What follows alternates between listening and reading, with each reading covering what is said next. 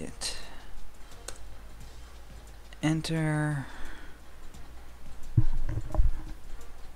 and go to this page. Alright. We're green here, and we're live there. Alright.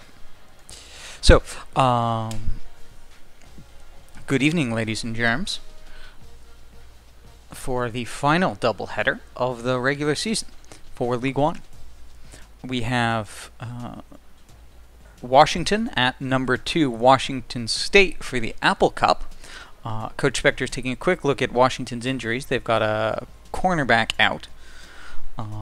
And then following that, we will have Indiana at number 17, Penn State. And yes, you did hear that right.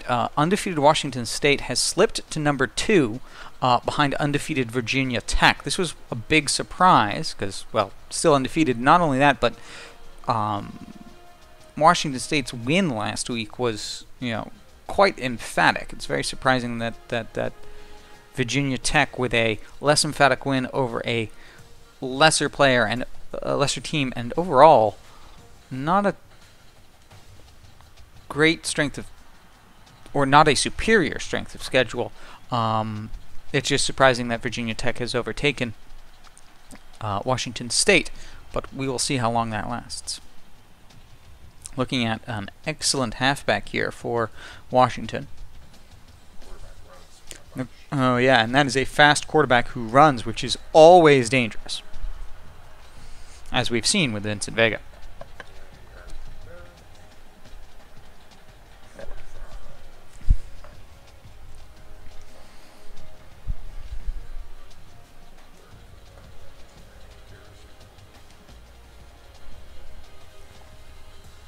Ooh, a weak left guard.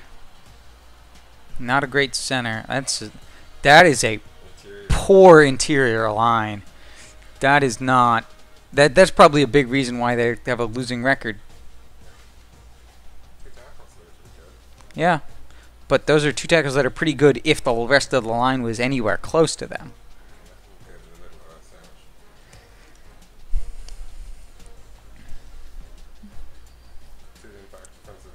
Yeah, that is rare.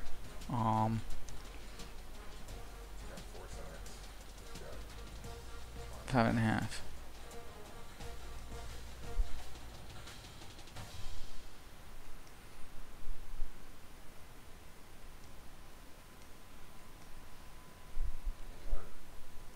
Yep, and their number 1 corner's out, but there's still some good guys at corner, just not amazing.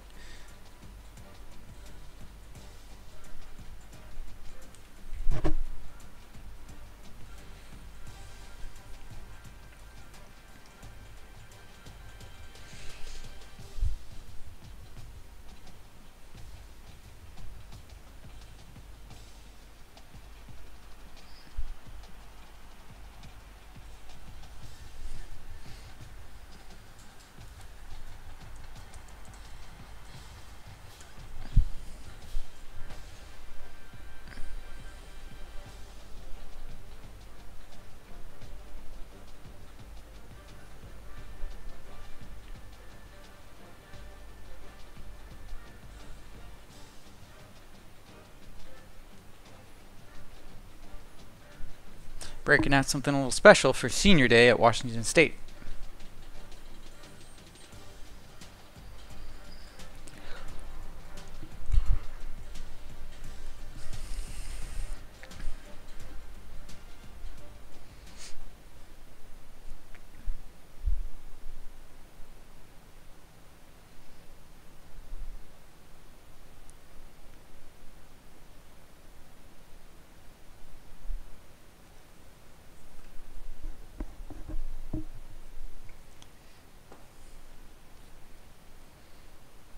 A respectable defense there, particularly against the run for Washington. But at 4-4 in the pack, that offense, 29 points. That's not up to snuff with the rest of the pack.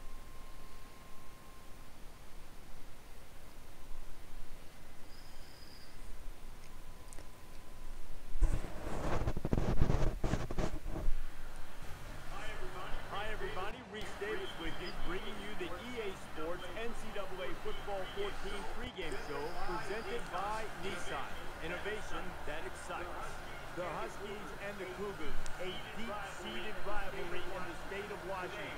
Today, Washington and Washington State square off in the battle for the Apple Cup. Thanks for checking out the pregame show. NCAA college football action coming up next with Grant and Kirk on the call. David and I will see you at halftime.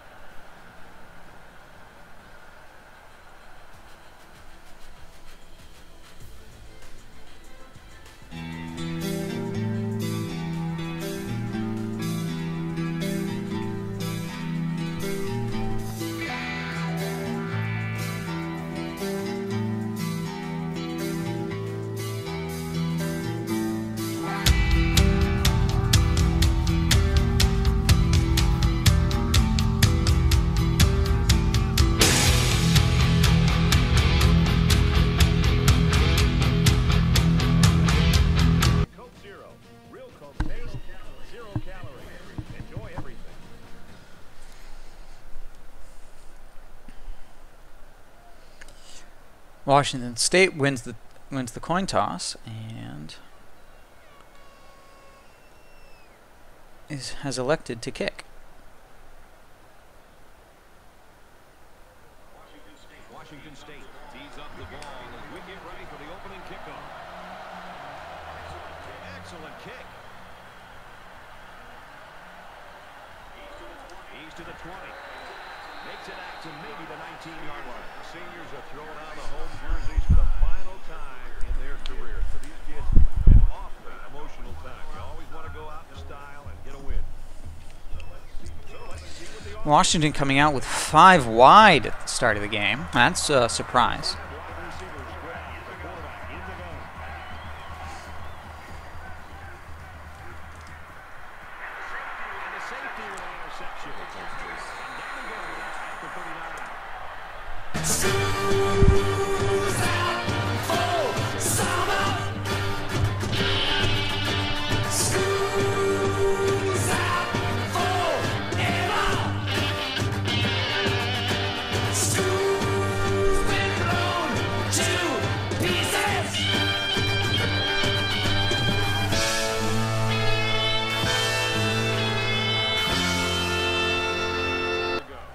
A massive play for the first play of the game by James Joyce, even after surprisingly enough, the pass rush got pretty well held up by those 3 interior linemen who are pretty poor. And we saw Riley actually face planting in the defensive line there. But James Joyce on the ball and got that interception, got a fantastic field position for Washington State to start the game on the first play. Good evening, CWAC. It's a pleasure to have you here. I've been asked by the commish to suggest to you that playing your game sometime this weekend so that we could spin during the weekend instead of during the week might be beneficial.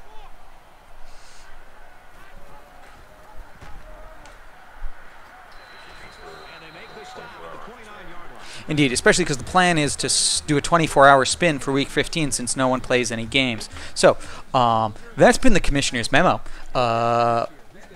and we'll get back to your regularly scheduled game. As Vincent Vega gets to 3rd and inches. Hey, CWAC, did you hear the memo I just said? I just want to confirm that you heard it. Not much is up. We're having some Friday Night Lights instead because it worked for the schedule. Awesome. Sounds like a plan. As always, you know, just let us know, and we'll be rooting you on as we watch 3rd and short.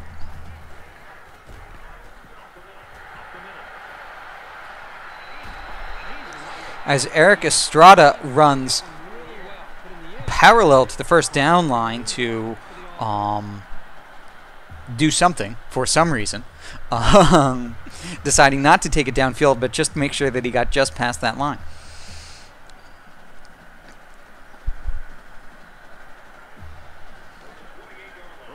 A sneaky 3rd down there, probably not something that Washington was expecting.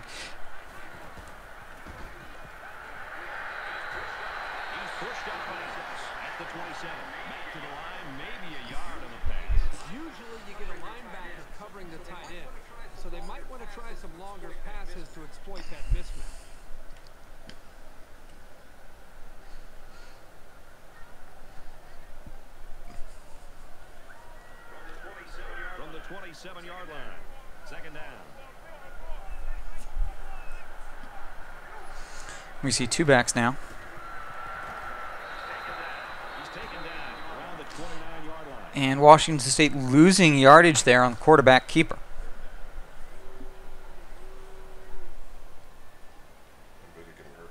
Oh, and looks like Vincent Vega has gotten hurt. He is out of the play. We should be seeing backup quarterback John McClain just a second, although it looks like coach is going to check on his star quarterback because, as we said before, if Vincent Vega doesn't do it, it doesn't get done. Vincent Vega, he will return soon. The football gods have been generous. Losing such a player at this point in the season would be very difficult.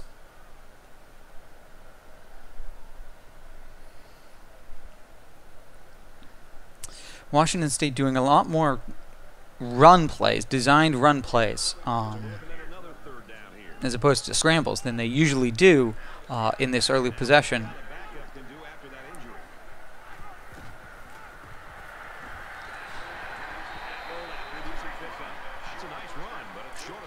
This time giving it to the back and getting not the whole thing, but coach is going to do the smart thing. He's got plenty of fourth downs, but he's going for the coach's playbook, and he's taking the points.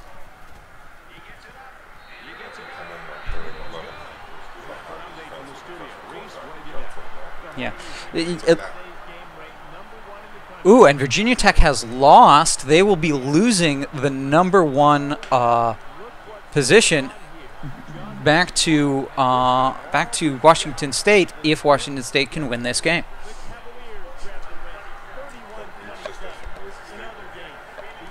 That leaves.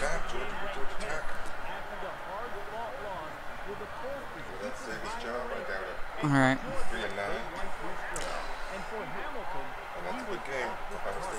It is a big game. The bigger one though is Maryland, Michigan State. Yeah, but it's only one possession in. True.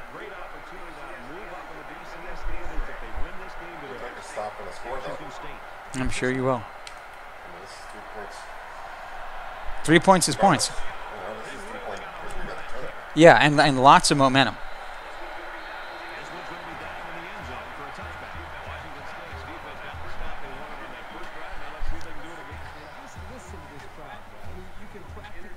That's a big win for Virginia. Michigan State beat Maryland. Did they? Yes. Hell yes.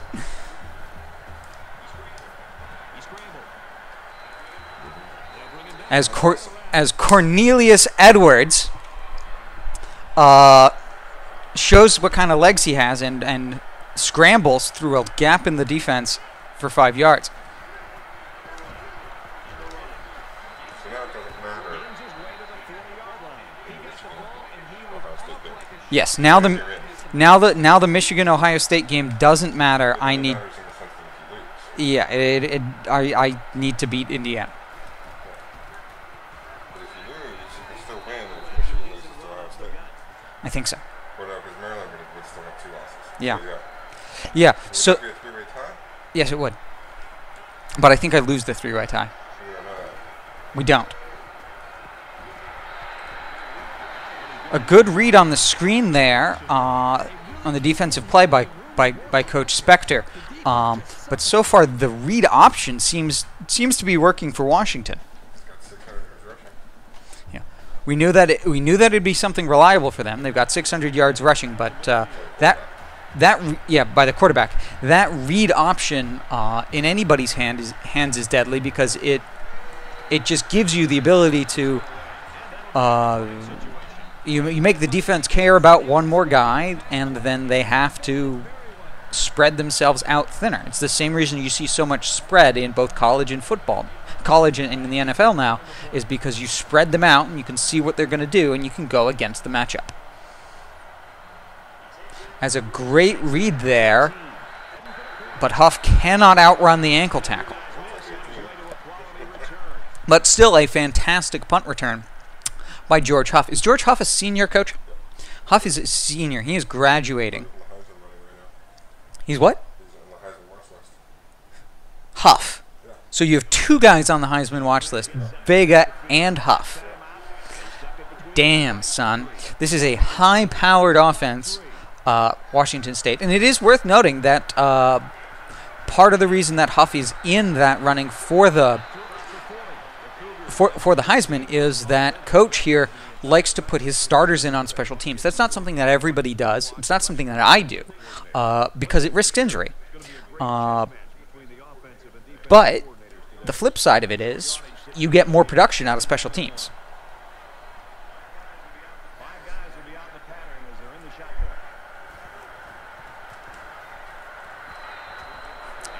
Ball gets tipped on Vega's first play back in the game. And it still almost got caught.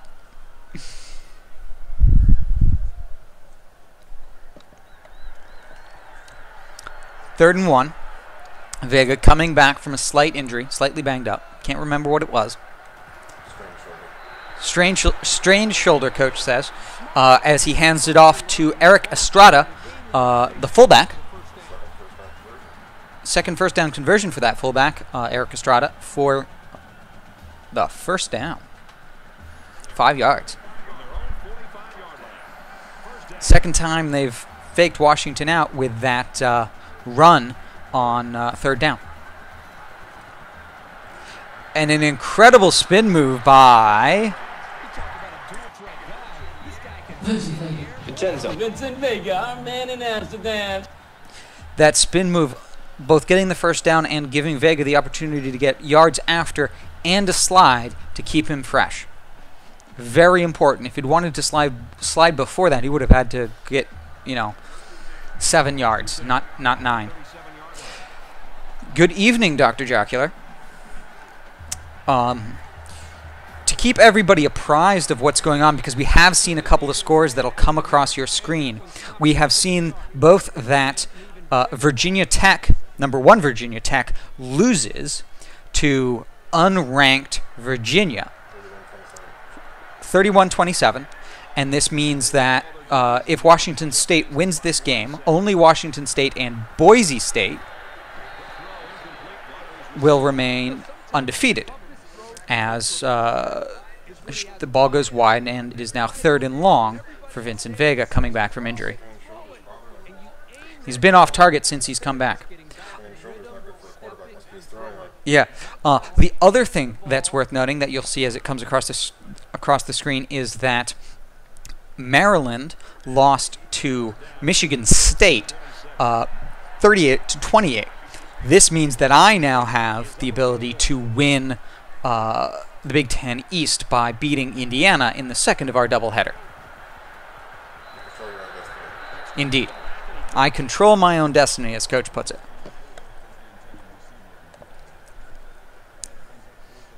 As the ball is deflected for Washington State, and Coach has to decide what he wants to do. Looking at his depth chart,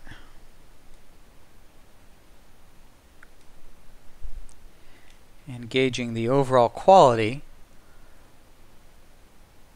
of his kickers, looks like he's swapping Pablo for Kendrick Lamar, because Kendrick Lamar has looks like a 6 or 7 point leg advantage in order to get that long kick. Well, yes, thank you, Doc. I mean, it was luck rather than. It's 4th down. They call on the kicker for a long field goal. 4 miles against.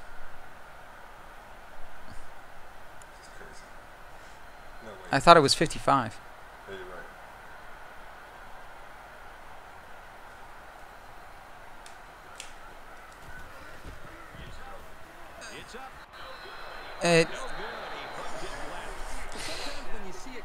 Was that short as well?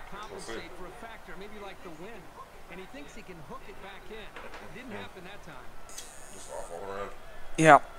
Yeah.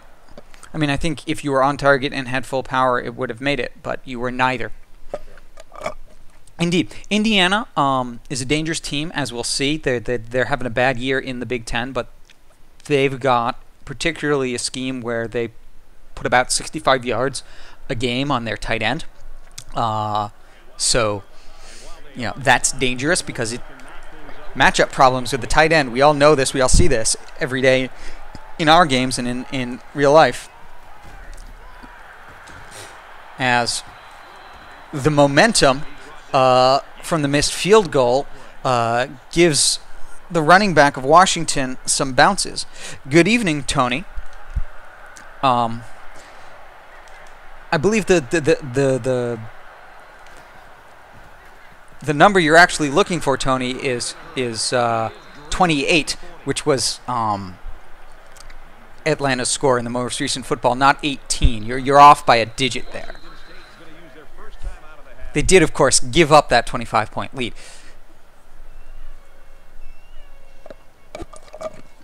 As we now see Washington break out the 5 wide again, they gave up a pick in the 5 wide for the first play of the game.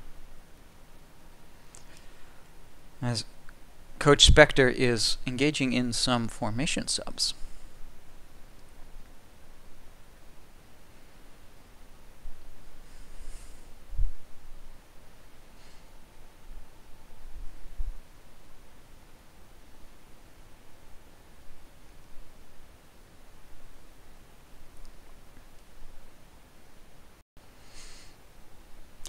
Now, Coach, what is it that exactly that you were doing here?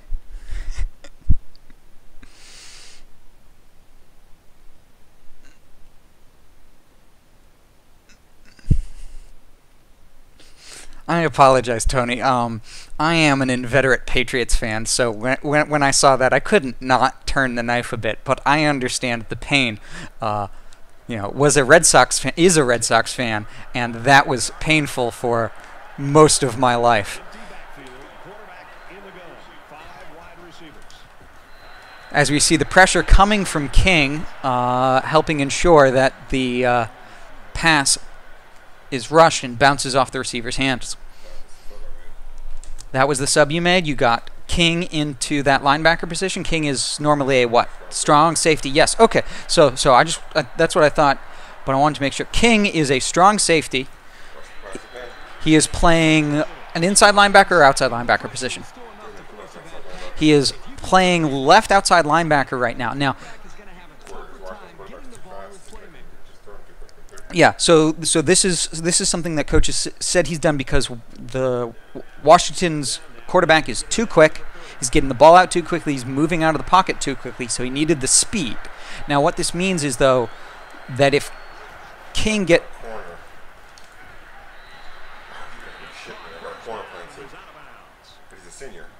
Yeah, so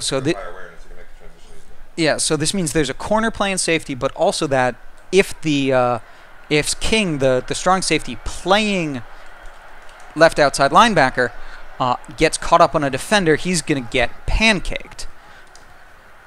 But if he can shed the block, he's really, really fast. So it's a gamble because there's a mismatch.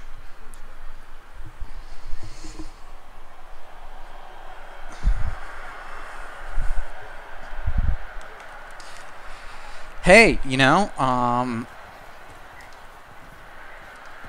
as long as when you pick them, you stay with them. I'm Pats, Red Sox, Celtics, Bruins, DC United, and Liverpool. So you pick the team, and whatever reason you have for it is a great reason. I don't really care. If you glommed onto some team when you were a kid because Wayne Gretzky played for the Oilers or whatever.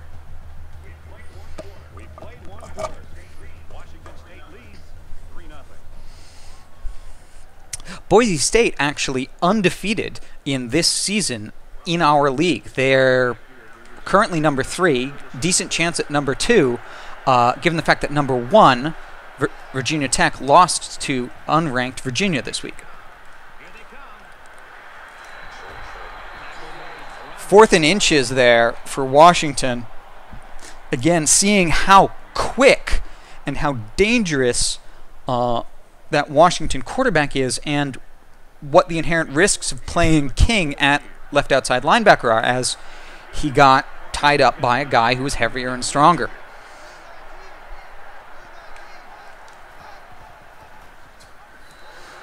as as they go for it on 4th down and get the touchdown. Out to his wide receiver, who made the grab and got the score. When this guy's got time to throw, he makes the defense pay. They rolled the dice and went for it on 4th, and I'm sure they're happy with the result. So, Tony, not that I want to be too terribly mean to you, but I'm going to be a little mean to you again, because I just read that earlier this week, the Atlanta Falcons announced that they're going to have a number of Chick-fil-A's in their brand new stadium that, in proper Chick-fil-A tradition, will not be open on Sunday.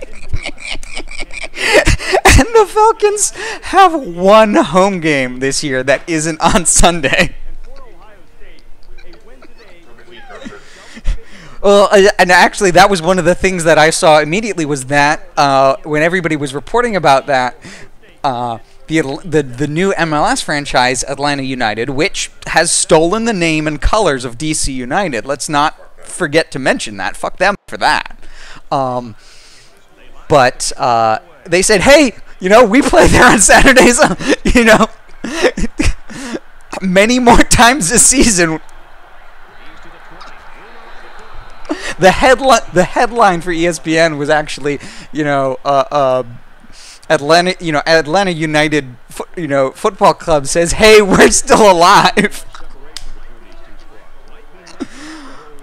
spread the field with 5 wide. He's scrambling. He wants it. I like the scheme the defensive coordinator came up Well, with. They were all over the place on that play. And let the thanks for joining us, Basehead. It has become one of my favorite games over the past few years. I'll be honest, when we started in season, well, I'll call it season 0. We got through about half a season before we changed some things. As we see a phenomenal play there, both by Vincent Vega and Jason Voorhees, to come back, fade back, and make the reception. Hi, Germany. Good to see you again. But yeah, so I hadn't played any football games besides, I think, less than 10 games of Madden during college, because I always preferred to watch and drink when we were pre-gaming rather than play Madden, which I didn't know how to play. But yeah, so Spectre taught me this game 9 seasons ago, and it's definitely one of my favorites now. So after the big pass play, we've got a first down.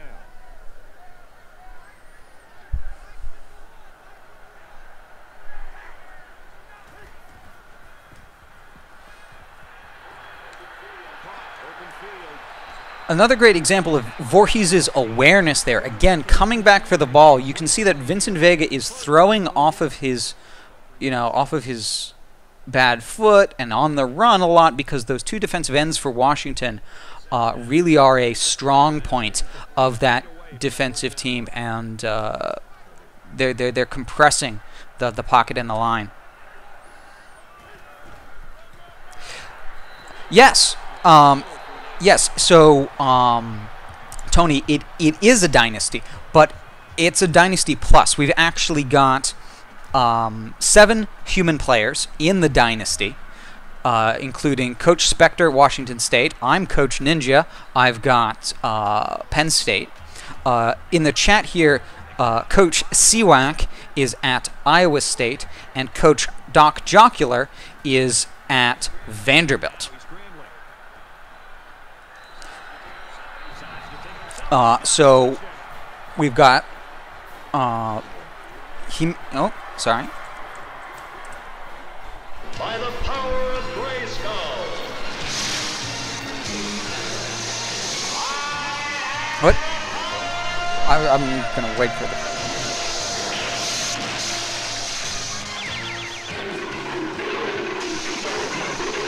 Cringer became the mighty Battle Cat, and I became He-Man, the most powerful man in the universe.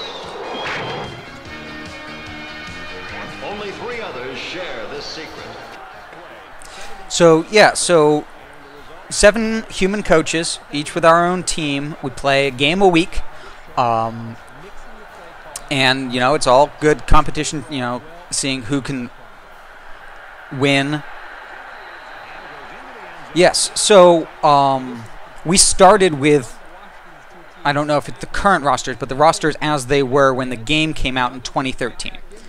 The default, we start with the default rosters as they are when the game begins, and then we let the game continue and randomly generate from there. So we are now in the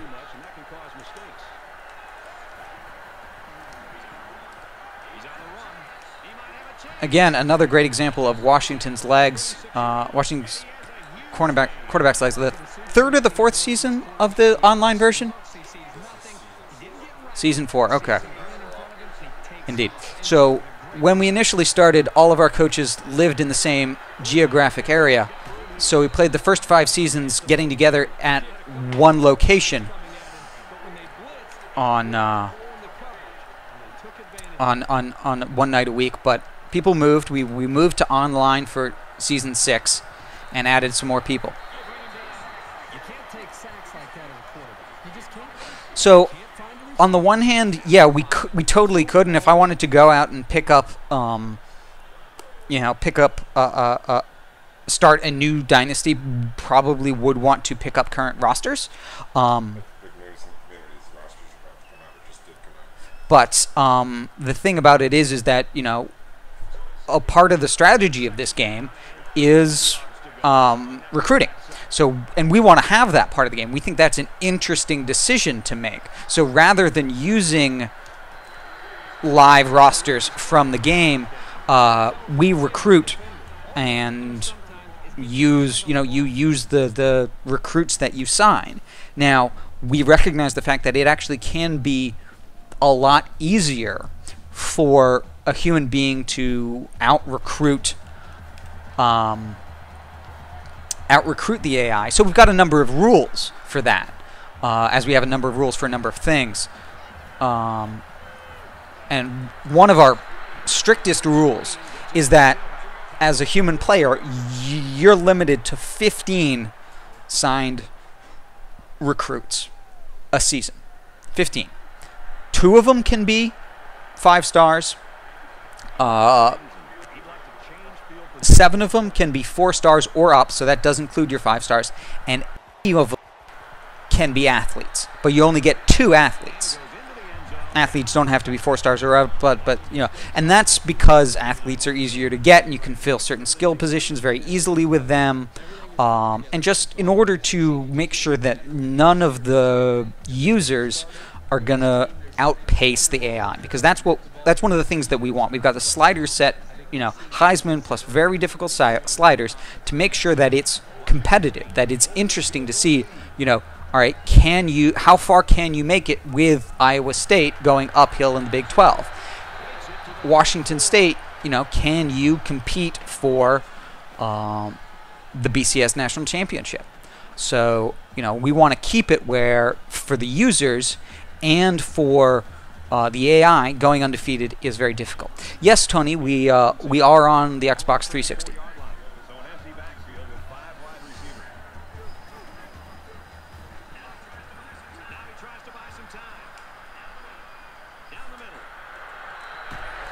Another great reception by Voorhees right in the middle of a triangle of defenders. That thing was skied. As we watch the replay now, and we see, did Vega even get to set his feet? Not really. He was throwing on the move there.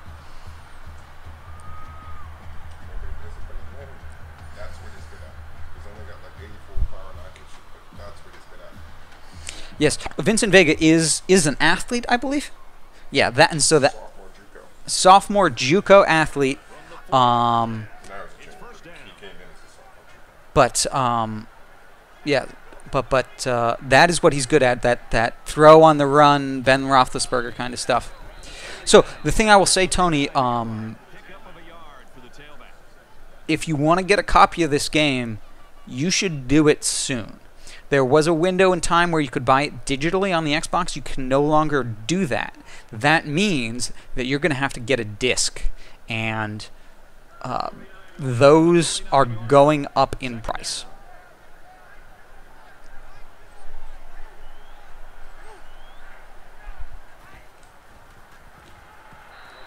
Ooh, as Pauly Shore gets the ball torn out from him by the defender, who was really on his back. 3rd and long for Washington State.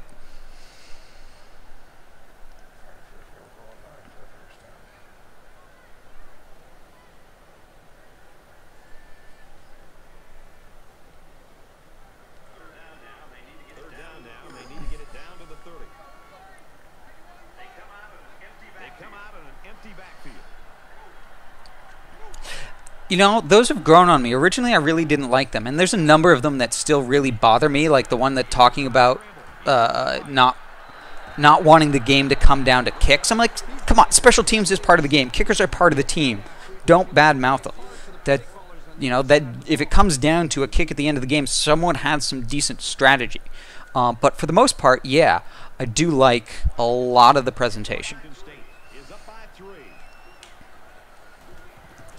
As we see a fantastic punt from Washington State going catty corner right into where, like the 6-yard line, the 9. Okay, the 9-yard line. So still pushing them back there. Now we'll see what Washington can do to get out.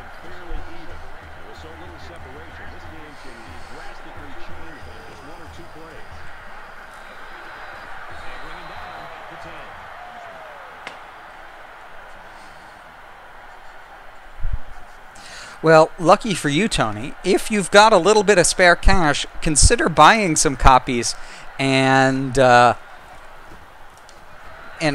them on eBay, or just holding on to them, because the price, we've looked at them, the price has gone up. As we now see 3rd and long, so Washington State smartly is spending a timeout in order to hopefully get some time on the clock when they see the ball back. Oh, and personnel as well for 3rd and long.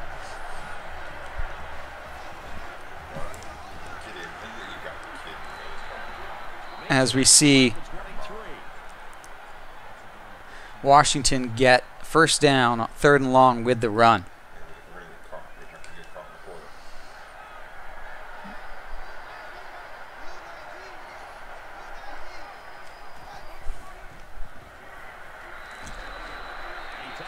But this time we see the sack makes it 2nd and 15. Also give some credit to the coverage downfield.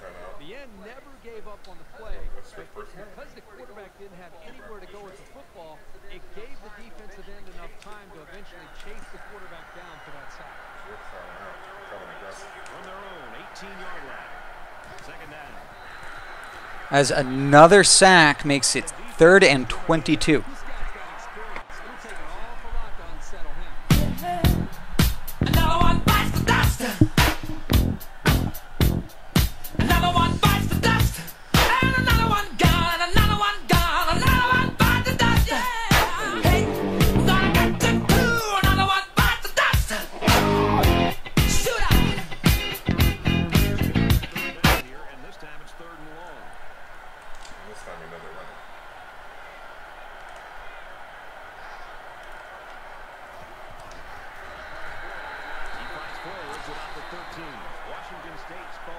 As Washington State forces the 3 and out, the punt, with 2 sacks and 1:04 minutes left to go.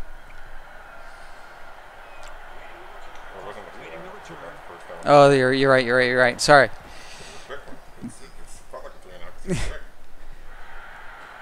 Huff takes the return, brings it to about the 43-yard line. Washington State gets another chance to get some points on the board with 55 seconds left in the 2nd quarter.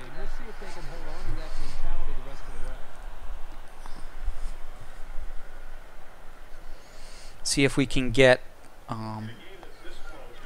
Vincent Vega back up to speed. He's been a little bit off since coming back from that injury.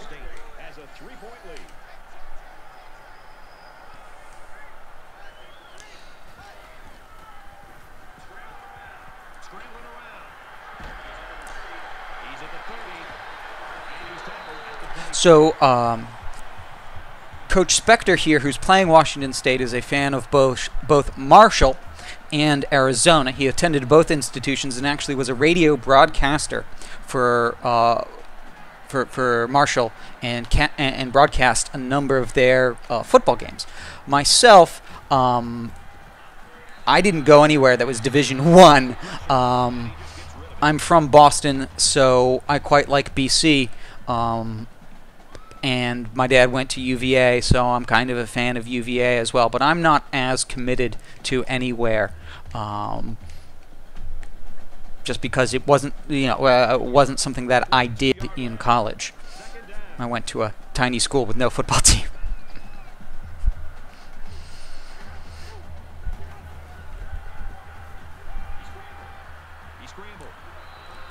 Vega outrunning the defensive tackles there in order to get a little bit of progress. Excellent. I will say I am a fan of the Big Ten style of football. I like 3 yards in a cloud of dust. I like Michigan a lot. I am a Patriots fan, so, Tom Brady played at Michigan. I like that. I like the fact that it's a good academic school as well. I played 2 seasons at Michigan in seasons 4 and 5 of our dynasty, so I like the Wolverines quite a lot. And they're definitely a good team and a good school. And he can't get away from the pressure. Absolutely perfect call by the defensive coordinator. He brought just the right amount of pressure from the right direction, and it seemed to confuse the offense.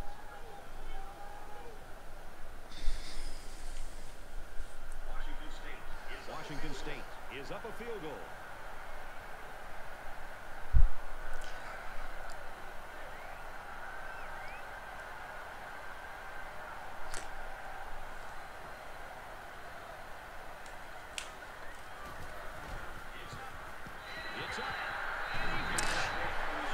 Well, yeah, I mean, the Lions, a team with a, as we see, Michigan rallying, but it's still the second quarter, so we'll see. That's an interesting result that I, of course, care quite a lot about.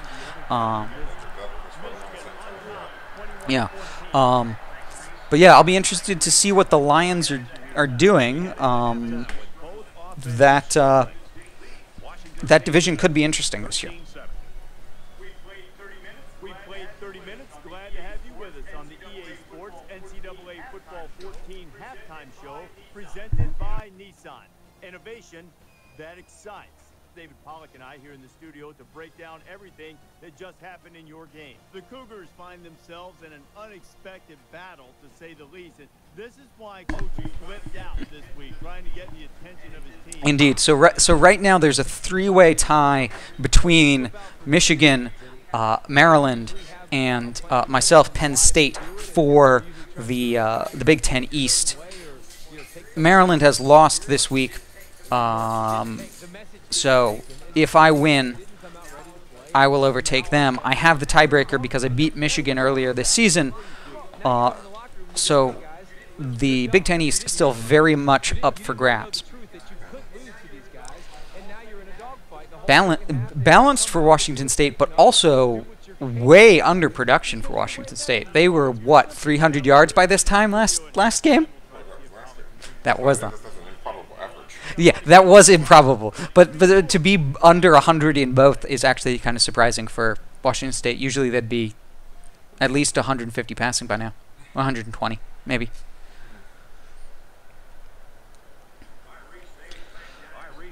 As Washington State returns the kickoff. And he got all of this one. Great kick. He's to the 10.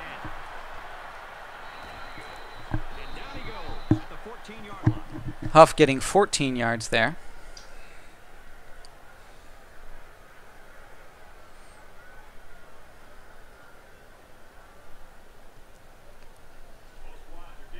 Both squads are digging in now. Let's see what happens on this next drive. Washington State up 6.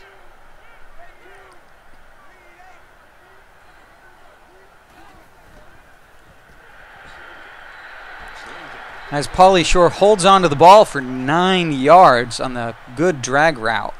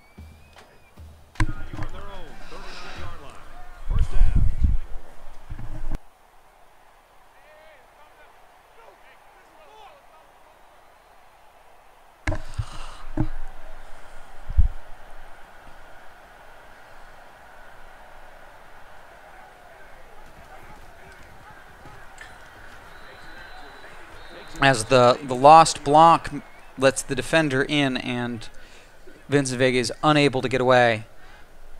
2nd and long. Thanks for the heads up, Basehead. I will look into that if I need some. If I do start a new dynasty and want those rosters. Washington State is up by 6.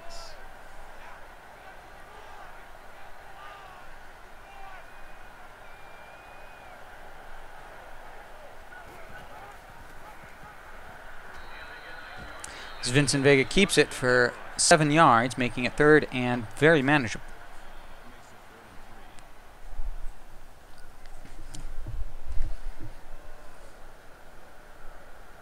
They need about 3 yards to get the first down here on 3rd down. They'll spread the field here. Let's see what the defense does with a 5-wide outlook. As the drag route to Huff. Ooh, there's a flag on the play. But hold on, we got a penalty on the play. Let's check it out. Holding penalty on the offense makes it 3rd and long. After that penalty. Yeah, now they have more yards to pick up for the first down.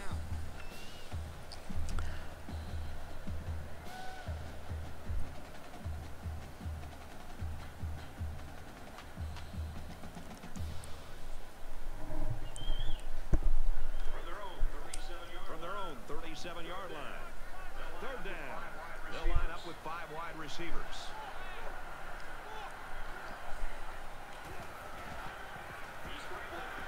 He's scrambling. He lets it fly. He's tackled at the 32. Vincent Vega throws it short because he is on the run again from those defensive ends, but Alan Rickman turning the go route into a curl route there with some really high awareness.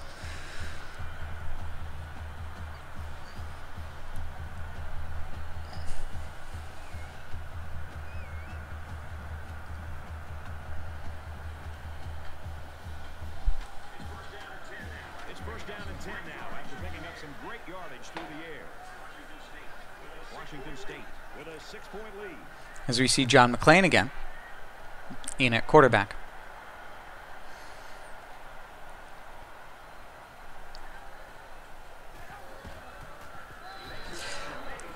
Yes, Basehead, we are, not only are we on Heisman difficulty, we are on a very realistic set of sliders that Coach Spectre, our commissioner, found on operationsports.com. They do a number of things like lower user pass blocking and run blocking and tackling in order to really make it as hard for the user as it is for the computer, in order to make it a level playing field, so that the game is interesting, so that we're all trying very hard to beat AI that can beat us.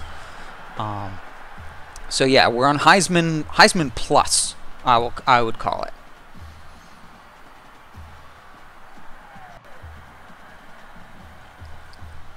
Ooh, as Vega is down on the ground in a bit of pain, and we're seeing John McClain again.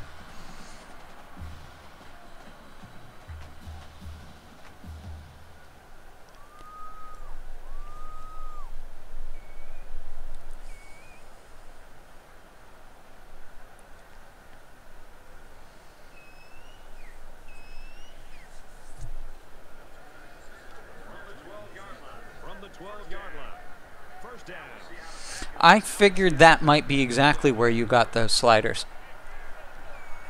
It is a good sight.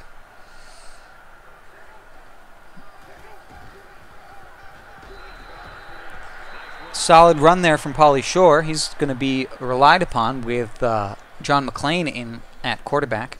McClain is, it's not his first time, but he is not the starter. He is very young. Is he a freshman? Yeah, John McClain is a freshman. Vincent Vega will return soon for the 2nd time this game. So, got to be careful there.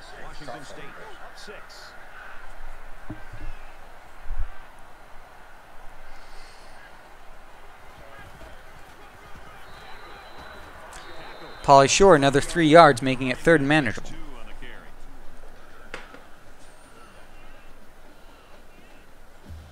Vincent Vega, another bruise.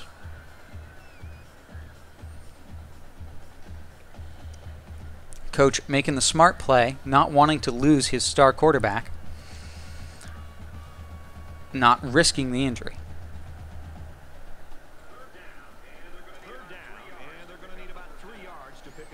We see a very tight formation here from Washington, expecting the run.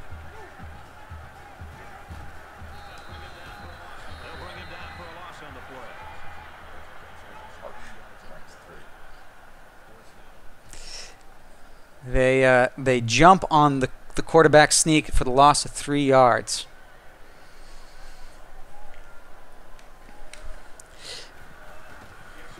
Indeed, and if you had watched last week's Washington State game, that was a blowout in every sense of the word. So, you know, we see the whole gamut here, and that's why we have the sliders where we have them, so that both of them are realistic possibilities. Nice kick, plenty of distance. This one's going to be down in the end zone for a touchdown. Yeah, and as I'm sure you know, those of you who are very familiar with this game know, this is a rivalry game, and weird stuff happens in rivalry games.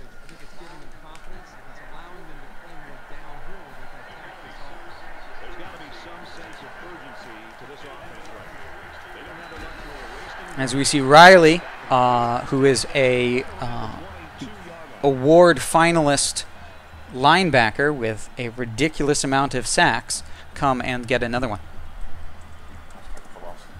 Oh, that was tackle for loss? I'm sorry. I thought that was a sack. I didn't. Tackle for loss. I apologize. Another one bites the dust, and another one gone, and another one gone, another one bites the dust. Yeah. Hey, gonna get good. That one was a sack. Yeah. Yeah. Coach there, you know, you know, looking to make my life easier.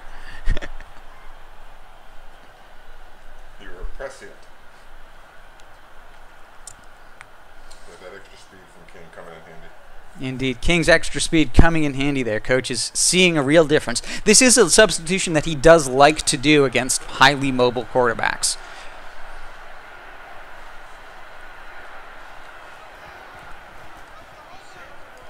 He sails it long. Picked off by the senior. And they make the stop, the 42-yard line. And the quarterback just can't believe it. He really wishes he could have that one back. Every quarterback has passes that he wishes he could have back. However, hey, a pick is a pick, and no one's going to catch it.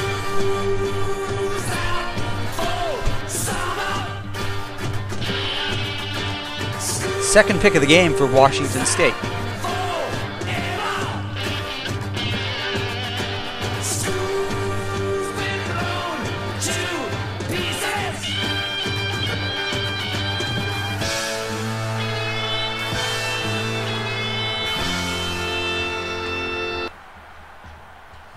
Once again electing to run and let his receivers block for him a little.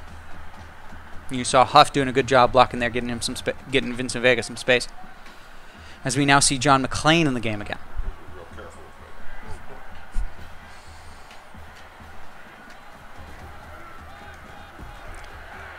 with Pauly Shore running to the outside and slipping between 3 defenders with a brilliant spin move. Finally, going to the outside for that run. Yeah. Oh, sorry.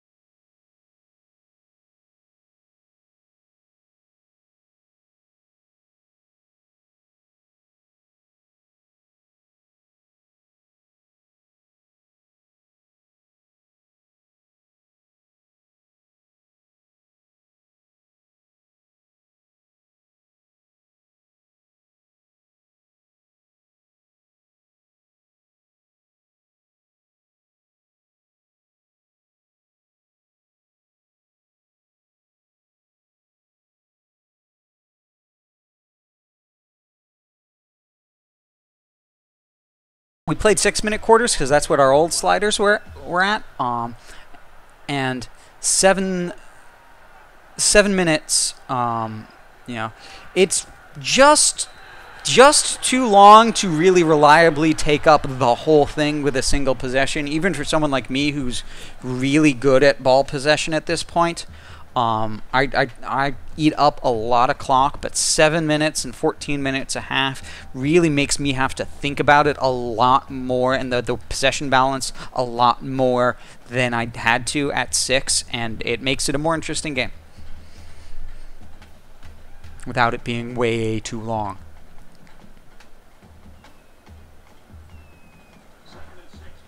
Second and 6 coming up here. Ball on the 7.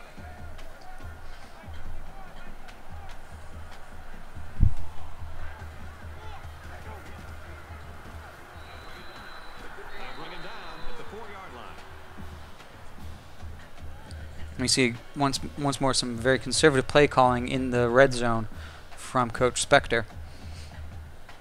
Up by 9 points. They need about 3 yards to get the first down here on 3rd down. So Coach Spectre, who's playing Washington State, is undefeated this season. Yep. Whereas myself, I'm Coach Ninja, and I am at Penn State. I've lost 2 games this season. I've lost to a user, one of our coaches, Coach Blitzkrieg, who is at North Texas. Lost a very, very close game, 16-14. He played an excellent game, and I played a terrible game. That's the truth of it. The other game I lost was Maryland. So that's why the fact that Maryland loses this week to Michigan State, as you'll see in the rotation on the bottom of the screen, is so important to me, because I needed that in order to control my own destiny in the Big East. It's an interesting playbook base for one particular reason. When Coach Spectre taught me the game, and he taught me this game, his base formation was the I normal. And with the previous teams that he played in this dynasty, he variously played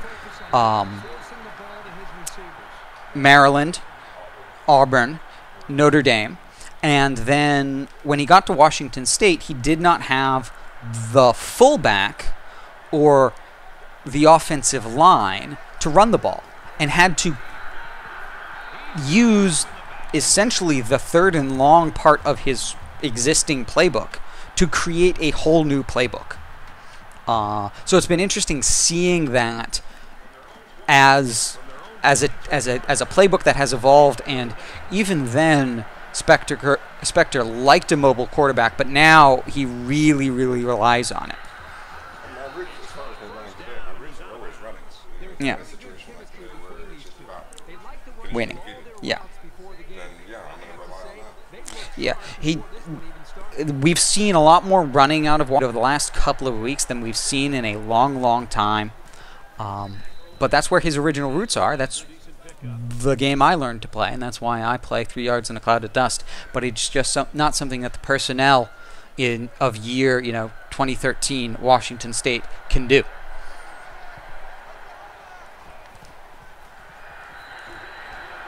As the bubble screen goes for a tackle for loss, 3rd and long. Indeed, this is true. Coach is, of course, commenting that he's very proud, and really, Washington State not necessarily known for their offense, although they should be this year with 2 Heisman candidates, but definitely always a very highly rated defensive team.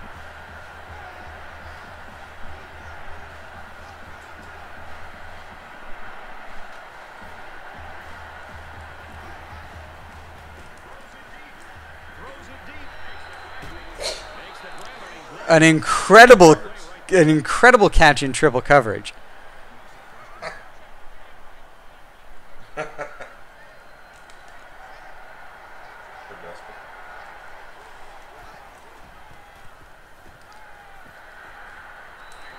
Indeed, having your own playbook, I think, is really important because there's a lot of stuff in a lot of the playbooks that, you know, doesn't necessarily work as well as it should.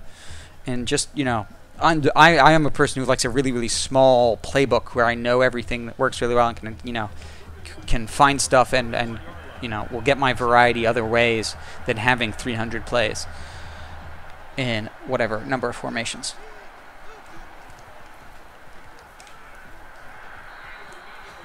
And he's immediately tackled.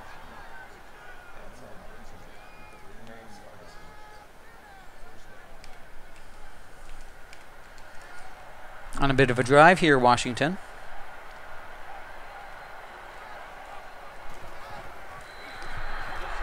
As we see another sack.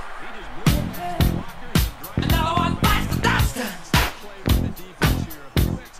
Another one bites the dust. And another one gone, and another one gone, another one bites the dust. Yeah. Hey, gonna get to two. Another one bites the dust.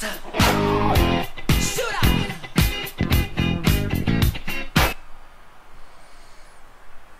Pushing him back to 2nd and 18 and also taking time off the clock, a significant thing at this juncture, also in long field goal range.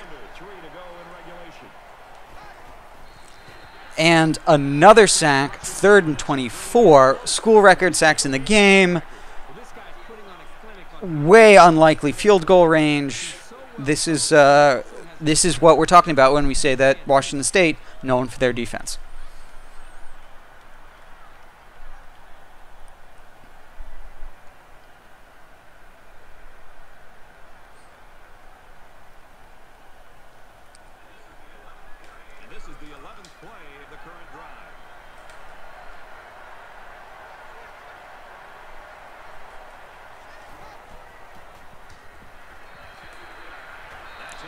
Incomplete on 3rd and 24.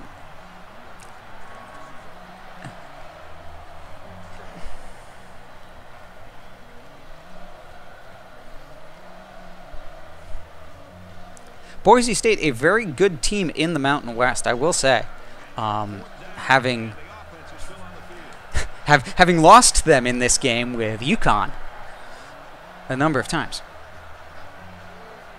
I will admit to not being a fan of the Smurf turf.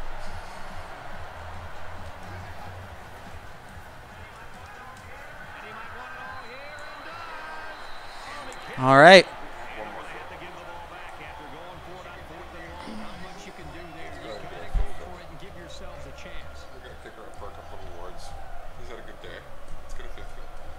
So 2 minutes, 8 seconds left in the game.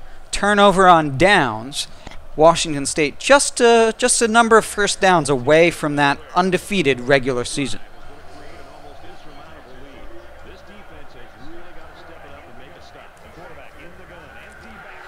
Huff, wide open 10 yards down the field. Absolutely, you know, bringing the heat and losing for it.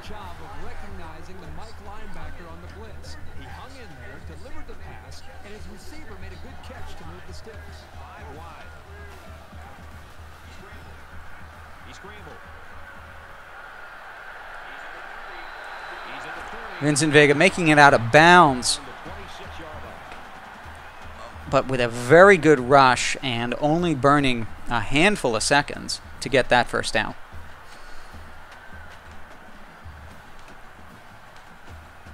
As we now see our friend John McClain. Just under 2 minutes in the game.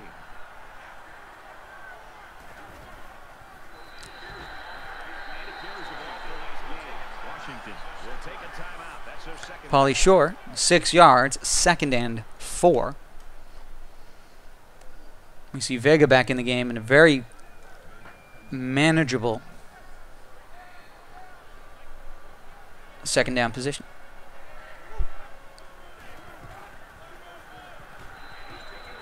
Wesley Snipes gets 3 yards. Washington uses their last timeout, 3rd and 2. Minute and 51 seconds.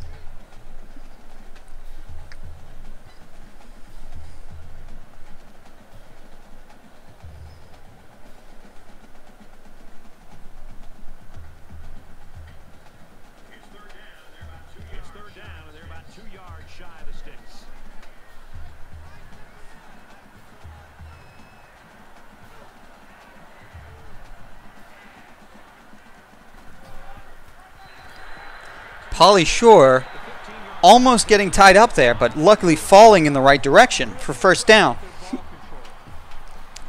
Gives Washington State 1st and 10 on the 15-yard line. Clock is moving.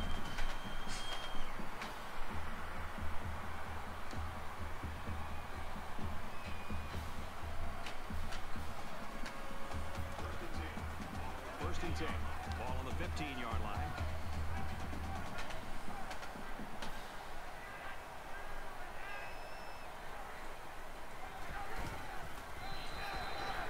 He's tackled around the 12-yard line. A couple, maybe 3 yards on that run.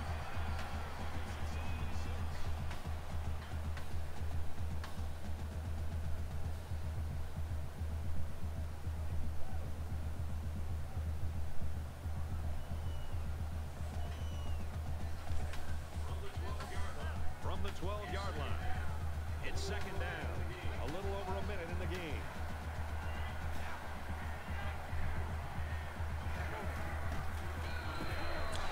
Another rush there by Eric Estrada for 2 yards.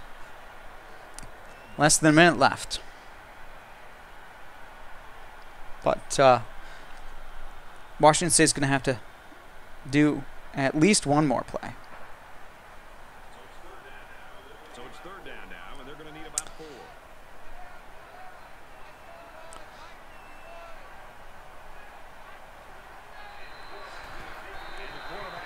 Washington State drains the clock with a knee,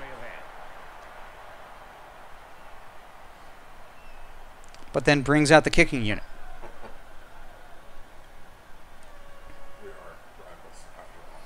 Wanting that little twist of the knife for rival Washington.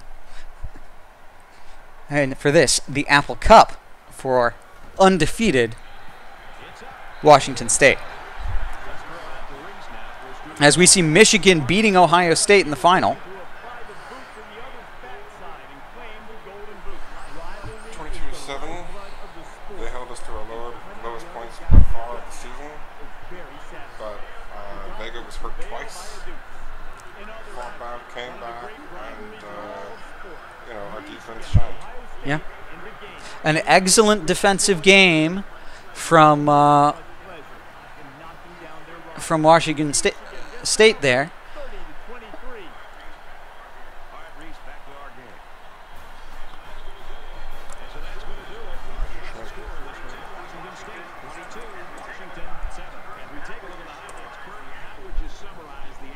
Yeah.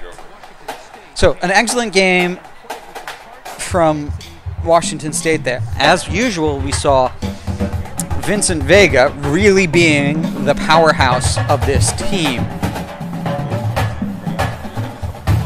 Yeah, yep.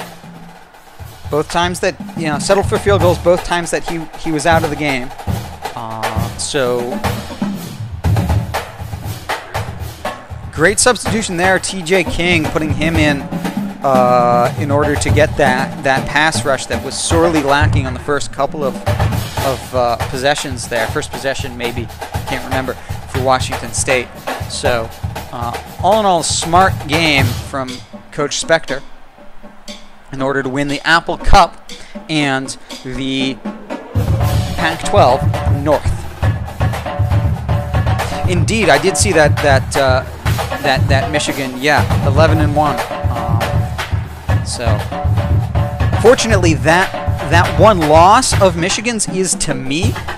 So I believe that means I get the tiebreaker. I'll be very mad if it isn't, because it should be conference record first, not overall.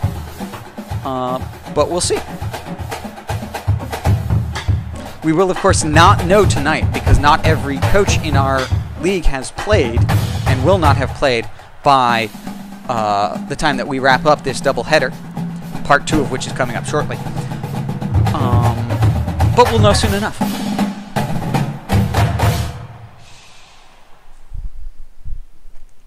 All right. One quick look at some highlights or some stats here by Coach.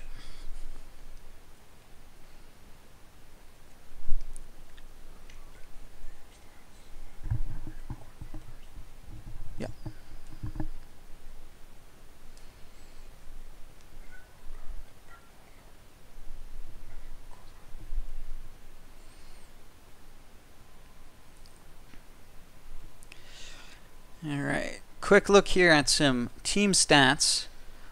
Under 150 yards of total offense for Washington.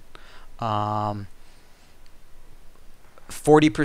on fourth down. Rushing yards, 22 attempts for 29 yards. Passing yards, 119 from 11 completions. I mean, that's a very good offensive. Defensive. There, and then 2 turnovers.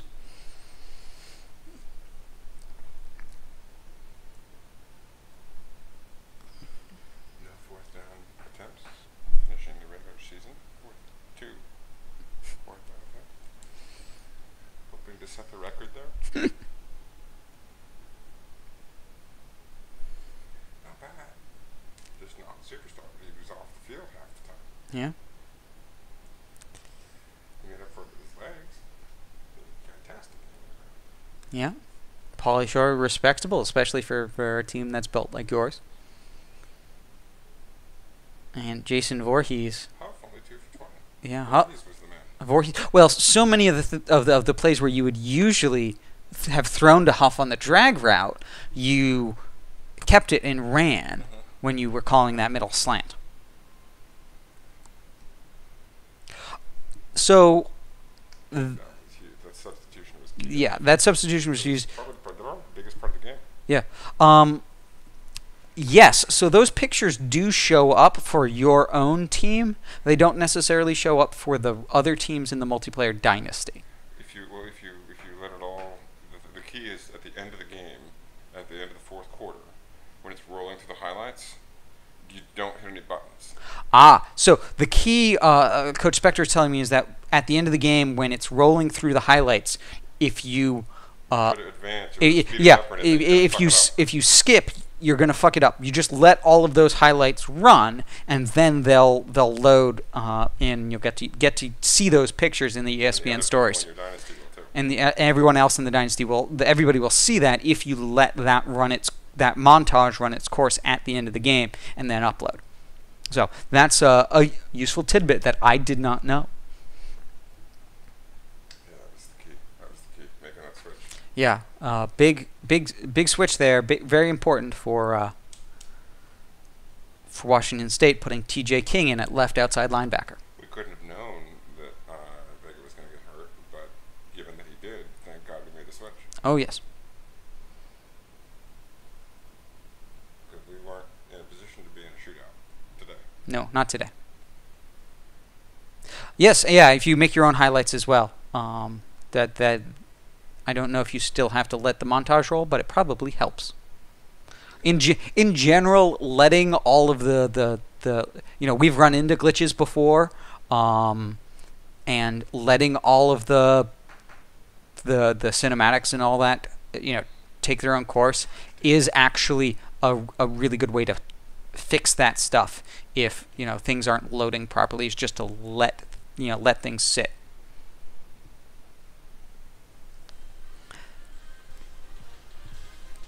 And Coach wants to take a quick look at the standings in the Pac-12, and then we'll be shutting down and swapping out a hard drive real quick for the second game of our doubleheader.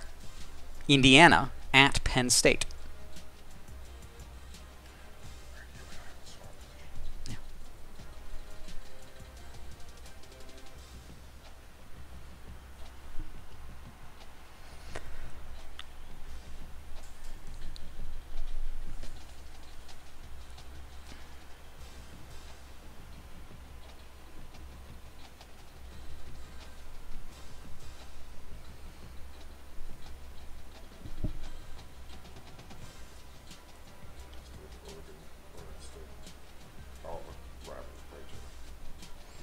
All right. So it looks, clearly Washington State locked up in the Pac-12 North.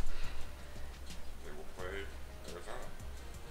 play Arizona. It will play 25th ranked Arizona. Have you already played Arizona this year? You have. He has not played Arizona this year. Arizona, we won by 3. Yes, indeed. In fact, I think all the times you played Arizona with Washington State, you've won by 3. So they tend to be teams that play other teams close. Maryland, Michigan State always play me close. By schemes match up. Yeah, schemes match up well. Personnel, recruiting styles match up. Arizona plays Washington State close. That will be exciting. And if we're looking, yes, here. So we know that Michigan goes to 7-1 in the conference, and Maryland goes to 6-2. Sorry, yeah, 6-2 in the conference.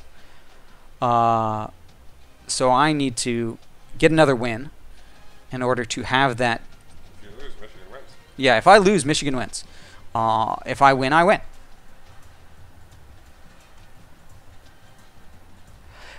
I'll be honest, Base, I don't know the answer to that question. I'm seeing right now that I'm getting 30 FPS in OBS, my streaming software, but that just might be because of OBS, because I haven't changed a setting, and I'm choosing not to be 60 frames a second. I don't think my computer could handle 60 frames a second of encoding. So I just don't know the answer to that question, and am not going to find out for the foreseeable future. So what I'm going to do now is I'm going to shut down this console, make sure that we've refreshed the Dynasty so that everything has been uploaded to the servers. Want to get that win in the books. Shut down and do a quick hard drive swap so that we can switch to Indiana at Penn State.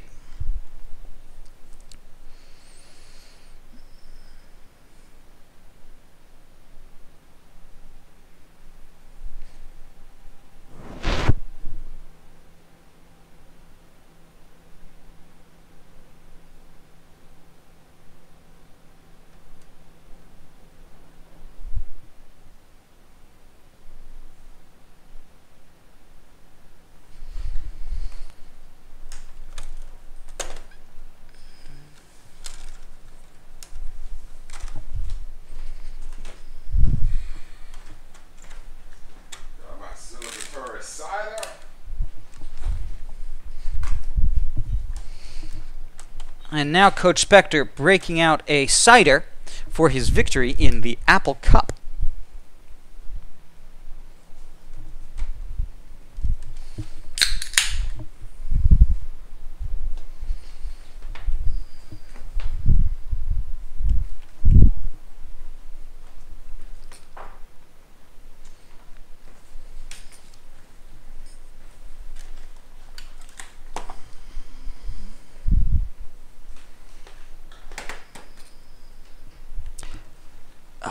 That's gonna make it warped.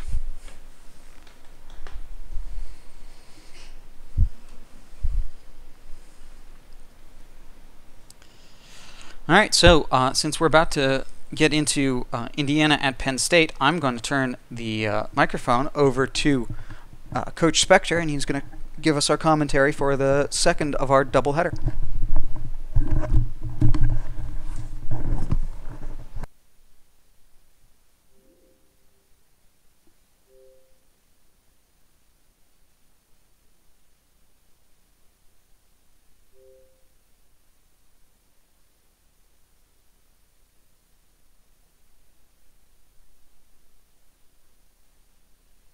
EA Sports. It's in the game.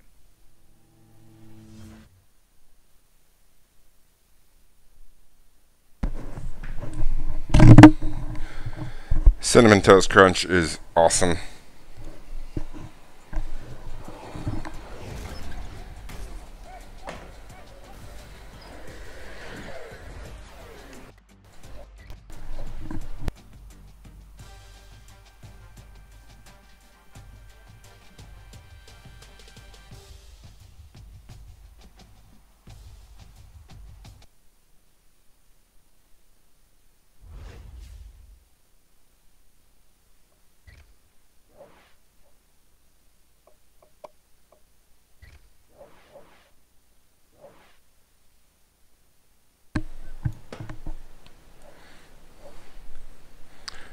Welcome, ladies and gentlemen.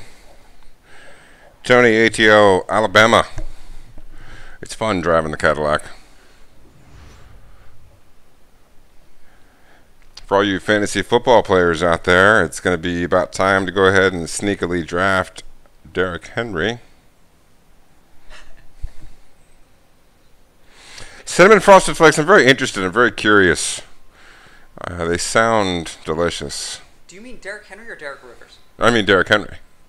Derrick Henry, the backup halfback for the Tennessee Titans, who was the starting tailback for the Alabama Crimson Tide, and an early round draft pick just 1 year ago, was a rookie last year with Tennessee.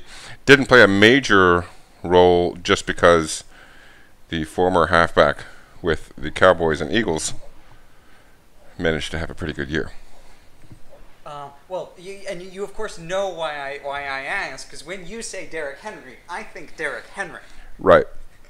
I've always thought that was funny. Yeah. Knowing the other Derrick Henry. Knowing that seems more funny to me. Yeah, yeah. Derrick Henry, the leading, the only, really, because at this point, it's time. Yeah. It's time to... You don't think Brian Gordon waits another week? No. Because you're already in the lead. You want to get him cut. He's already visited, correct? Who? Gordon? Henry is visited. Yes. Henry's visited, and you have the lead, and he's already visited the other teams.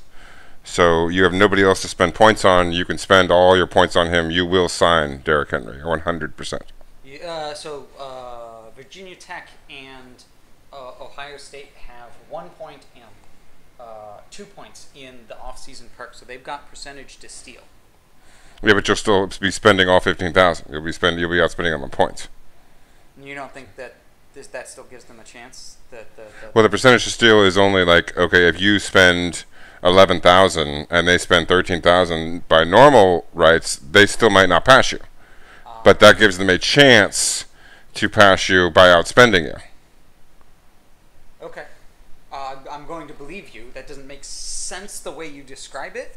Like, the way I read this skill, it sounds like it should be, if you're in second place, you still have a 20%, there's just a die roll that you get 15 or 10 or 20% on to get the guy instead, even if you're in second place. I have only ever seen second place steal by spending more points. Okay. In 60 or 70 seasons. Okay. So I'm going to believe you and cut Brian Gordon and get down to my regulated 15-man end of the season recruiting class. Yeah, 15-man recruiting class, 15 all positions. You see 15 recruits on the board. You don't, if you have a recruiting stipulation of 15 spots, you don't want to have a guy on your board who's up by several hundred or thousand. That way, you don't run the risk of over-signing. Our penalty for over-signing, if you sign more than your stipulated 15 or more than your allowed number of 4 stars, etc., then you lose everybody who you signed that week. You are forced to cut them when it comes time to cut players. So if he mistakenly signed both 4-star tight ends, given that he's already had 6 4-star or more players sign, if he accidentally signed both of those tight ends, he would be over the limit, and if they did happen to sign in the same week, then he would lose both of them. Whoever you sign the week that you go over the cap, you lose. And I agree, Base. I absolutely have to have a mobile quarterback. Vincent Vega, when he was in the lineup, we were moving the ball there, and then when he was out, we didn't move the ball nearly as well. Tristan Murphy, a 5-star, 4-star quarterback prospect, 79 accuracy, 81 power, with good speed, agility, and acceleration. The speed, agility, acceleration I like to call athleticism. How good are they in athleticism? It's an overall reading of speed, agility, and acceleration. It's interesting, for a quarterback, elusiveness doesn't really matter. It matters for a halfback, but for a quarterback, you usually, when you scramble, you have so much open field. And even in the read option, you wind up being alone with 3 or 4 yards of space quite often. So the elusiveness doesn't really come into play nearly as much. You want the elusiveness for when you're trying to squirt in between a tackle and a guard. Number 1 halfback. Yeah, Marcus Reddick, the 5-star 80 overall halfback. He's got solid break tackle and trucking, 81 and 77, but yet still elusive. Above average carrying, solid spin move. What is it that makes this guy an 80? Well, he's got great hands and great route running, great catch in traffic. He's also got no true weaknesses. Okay. He doesn't have 82 speed. He doesn't have 82 acceleration. You'd like a little bit more than 84, but 84 is about looking at everything else with his 79 elusiveness, his 80 spin move, his 79 carrying, 75 vision, 80 juke move. Like, this is a guy that, you know, he may not have any 85s or 88s, but he doesn't have any 60s.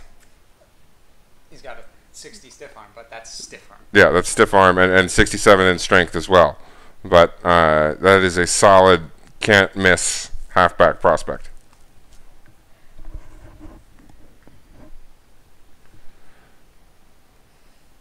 Base asks, what's your head coach rated? Should be a 22, 23, I would think.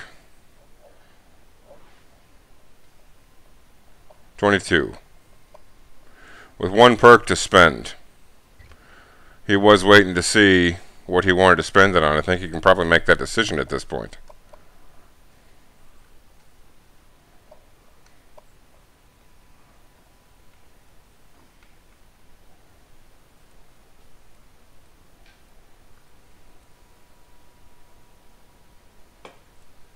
I probably can, but I'm not going to.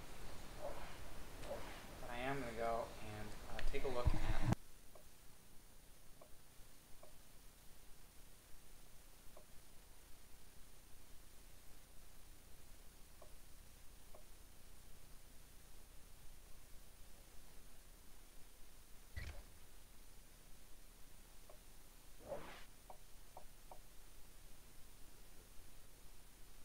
Yeah. But no reason not, because I'm going to do that in order to get Henry. Speed for halfbacks and wide receivers. I like speed for halfbacks except for that super high difficulty level where your running back ability is set at 5 and all of their defensive capabilities are jacked up and you're playing in a situation where you're not trying to get to the edge. I want some break tackle and I want some trucking. I want to turn 3-yard gains into 4-yard gains. You have a lot of 3-yard gains in those super tough sim games. But if you're out playing in a situation where you can cut the corner, you can get to the edge, and you can get around the block on a sweep, yeah, of course you're going to want the you're going to want that max speed and agility acceleration. We see Indiana missing, back to the matter at hand, the Indiana Penn State game. We see Indiana missing 3 players, a quarterback out for 10 weeks who's an 89, probably their starting quarterback. Pope is also highly rated as an 88. He's out for the season. And Ellis, you would hope a backup, but maybe a starter at right tackle, out for the season as well. 2 linemen and the starting quarterback.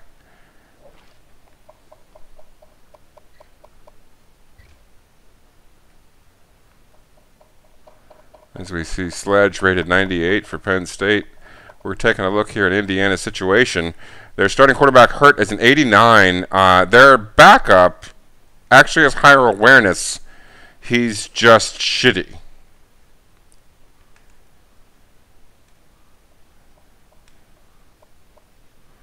Not a whole lot of snaps, only 19 out of 34, but that is an acceptable completion rate. That awareness probably coming in handy for him. Neither one very mobile. And Burnett averaging well over 100 yards a game, 8 yards over, almost 110 yards a game. Thrown to occasionally, but a threat on the ground.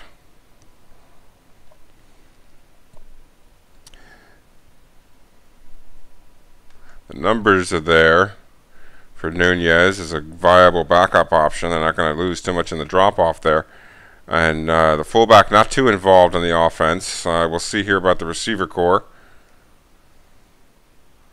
The mark of the beast, 666 yards receiving this year for McPherson. And not a whole lot of involvement otherwise. You expect a tight end. Tight end, a position known in the Indiana offense. 63 yards a game, probably the second leading receiver. He is the leading receiver. The other guy was 60, wasn't he? Yeah, tight end's the leading receiver. The tight end leads the team in catches.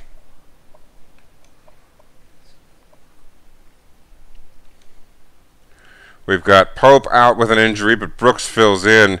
And I believe, having looked at this a second ago, that Hall is actually going to play as well. Spencer, the freshman, 69, looks like he'll play. True freshman, 69 with 55 awareness. And there's Moss, who's a quality right guard, but the right tackle, Bob Ellis, at 79. I think the left tackle is the one who's injured. The other second lineman who's injured. It's Ellis and Pope. Ellis and Pope are out. And that means no depth. So you'll have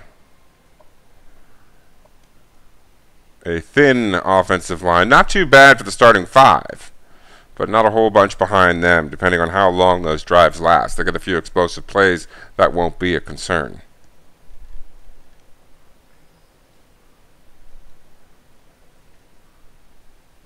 Solid defensive line there. We'll see if they use one or two defensive tackles. They've got two good ones. Linebacker leaving something wanting outside of the middle linebacker, who's an 85 senior. Let's take a look here at the secondary. We've got not a whole bunch in the cupboard. We've got a good free safety, William Penn, and a decent strong safety. But not a whole bunch in the secondary there for Indiana. You figure that's where the weakness lies on the defense.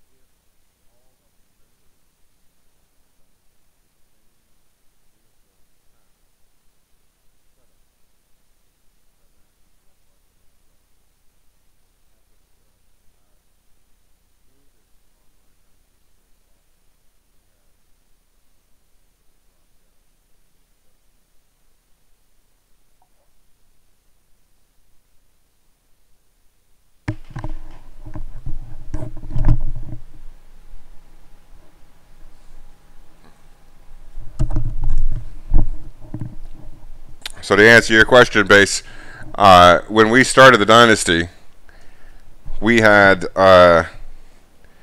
everybody drop down to just the one uniform pack because the fewer, or sorry, if everybody in the online dynasty has the same uniform pack setup, the online dynasty runs smoother. It has fewer bugs. So we had everybody delete down to one uniform pack when we started the online dynasty. Oregon, the land of Nike. That gets them a lot of options. Same thing with Maryland and the founder of Under Armour.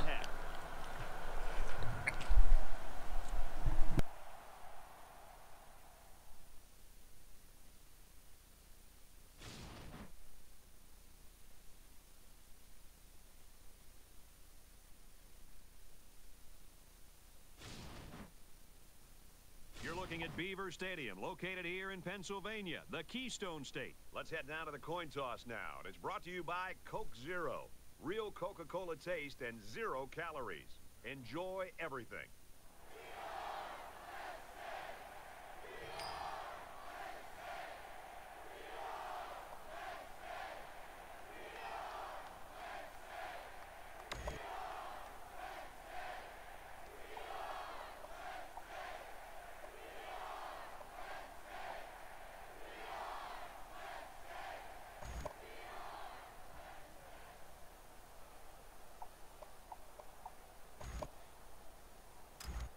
We'll see how these two teams play in this game as they prepare for the opening kickoff. He really got a hold of that kick. This one's going to be down in the end zone for a touchback. Senior class taking the home field for the final time. And no matter what you've done before, you always want to get a win in your last home game. We'll see how they do. The quarterback brings his troops out onto the field for the first drive of the game.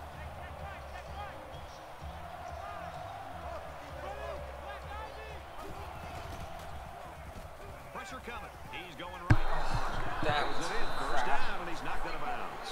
I like how the blitz was identified. Right off the bat, a big pass completion for Indiana. How does he react in the face of pressure? As the pressures of Senior Day loom large in the early goings, the very early goings. Interception by Powell. He's off to the races. A pick six to open the football game. And Penn State off and running. 6 points on the board. That was a super play. Come on, give me something. Give me something. Excellent interception and an even better return for the Cool. score.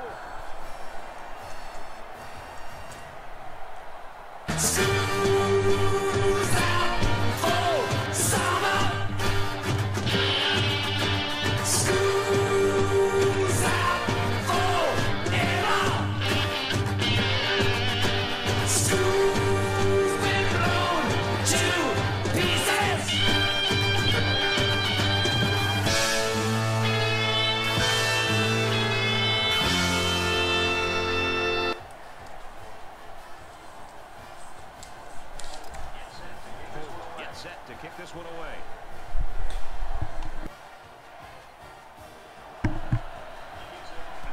He kicks it off, and he got all of that one.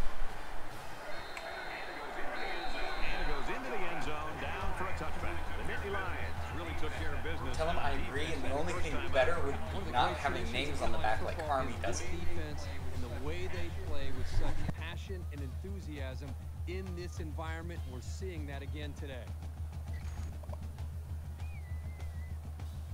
I Let's stand see how the corrected. defense responds now, coming off Must have that names big on it. play just a moment ago.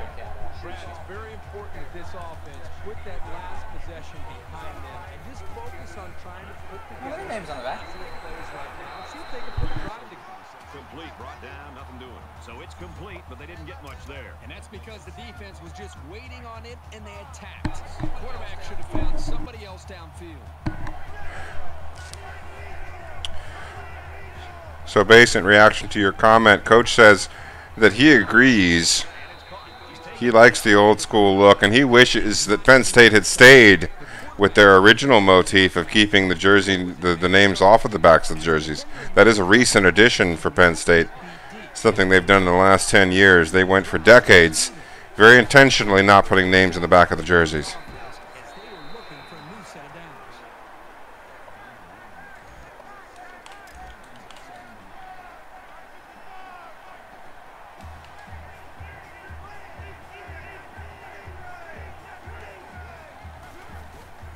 Hands off up the middle and stopped.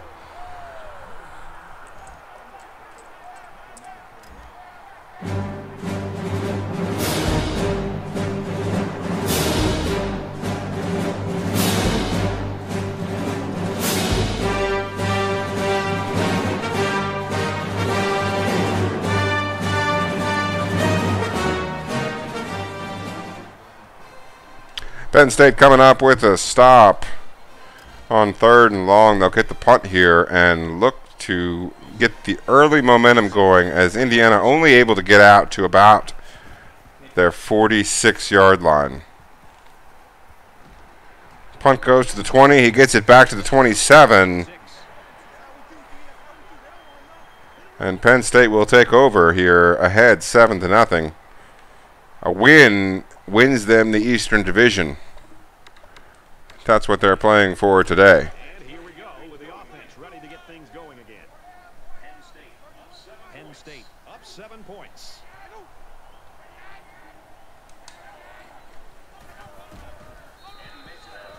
And he makes it out to about the 27-yard line.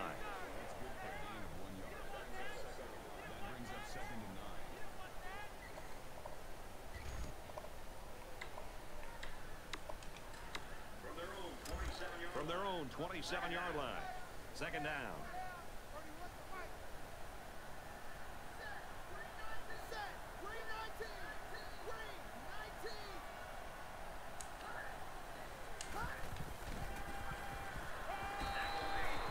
Tackle made right around the 32-yard line. Bullock with the close catch. The conservative 5-yard play on 2nd and long, getting them to 3rd and approachable. About 4 yards away here on 3rd down. Bo Schembechler, Michigan legend. They're in the shotgun. Here we go, 3rd and 4 for Penn State.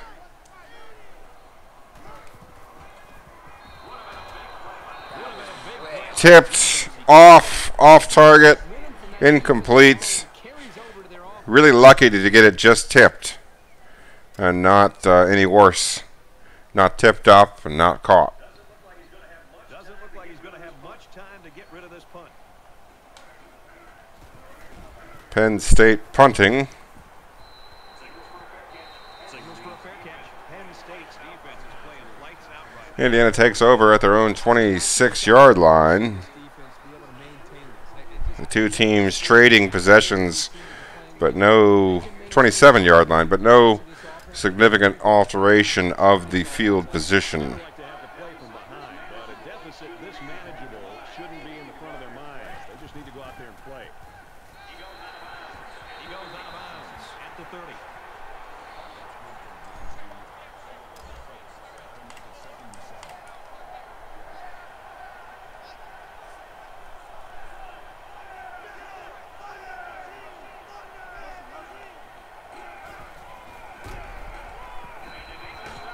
And they make the stop around the 28-yard line. That took a little too long to develop. Stuffing the run, what Penn State's been doing all season.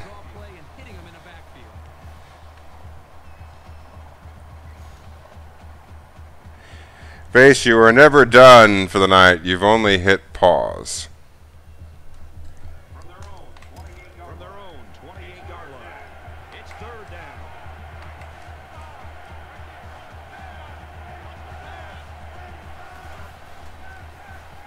Back to pass. And the 3rd and 8, very conservative 2-yard pass. Not even close to getting the first down, as Penn State holding the Hoosiers offense to a punt situation. The Nittany Lions looking to get the ball back here. 3 minutes left in the first quarter, ahead 7-0.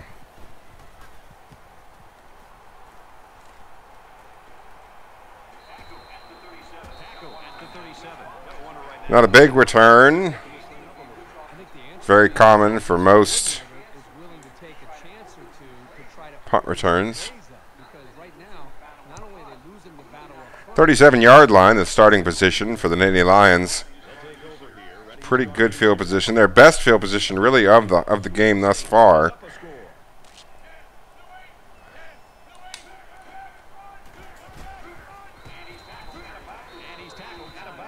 The run at the gut only netting 2 for Nick Scott, the Canadian from Petersborough, Ontario.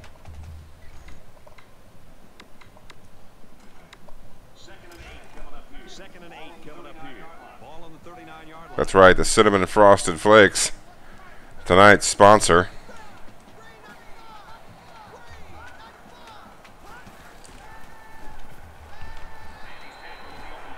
Cole Robinson coming up huge in tight coverage.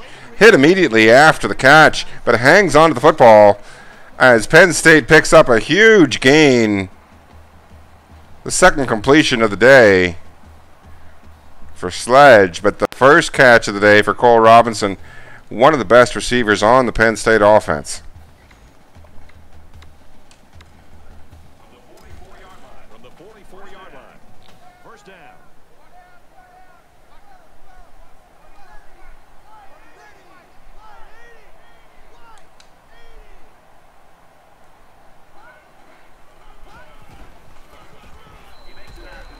He makes it out to maybe the 43-yard line.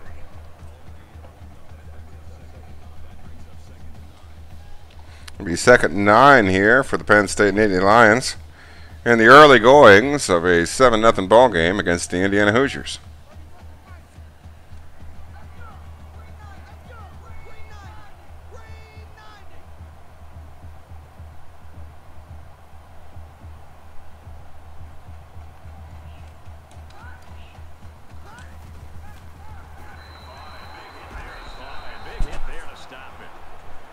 Scott stopped for a 3-yard gain. It'll be 3rd and 6 now for the Nittany Lions at the Indiana 41-yard line. They are just outside field goal range, but as we know, Penn State has a couple of 4th downs to burn should they not be able to convert here. They line up the 5 wide. Looks like Indiana, some kind of a dime, looks like 3-2-6.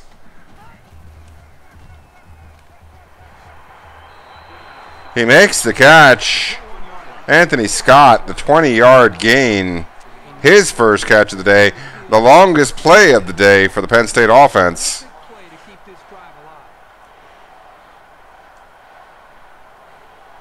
Now moving well into scoring range to the 21-yard line of the Indiana Hoosiers. From the 21-yard line. Sledge brings him out of the huddle. Penn State is up by a touchdown. Surveys the defense. They're lined up in the I formation. Scott with the carry. Up the gut. Carves out 6 yards through the heart of the defense, leading to 2nd and 4 from the 15-yard line. Penn State can smell the end zone from here.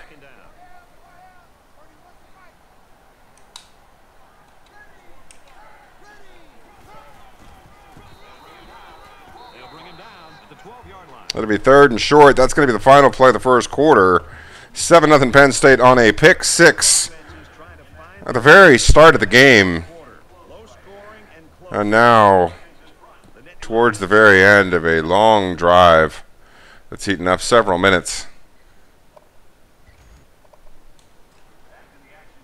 Back to the action now here in the second quarter.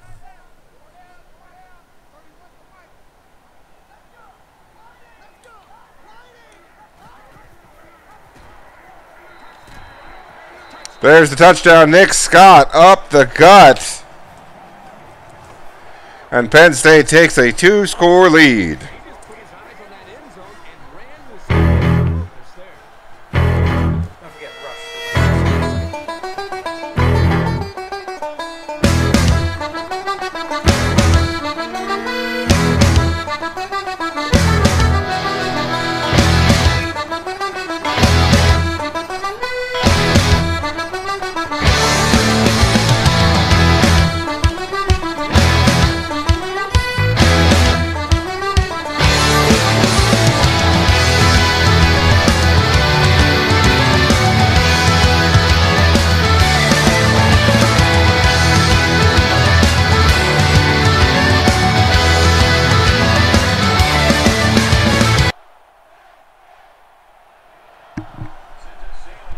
Sends it sailing downfield.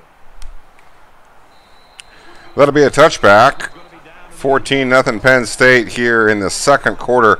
On the first play of the second quarter, Nick Scott finding room up the gut on a read option. Penn State's defense to date has had no trouble shutting down the backup quarterback for the Indiana Hoosiers. The starter out with an injury. Indiana not getting any favors today. We'll see if the backup can make a few plays and keep them in the ball game.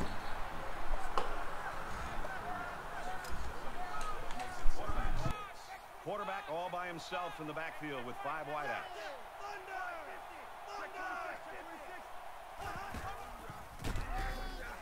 They go with the run. He's to the 40. And down he goes at the 48-yard line. Burnett breaking a couple of tackles. 18-yard gain, his longest of the day. Gets the Hoosiers out to midfield to the 49-yard line.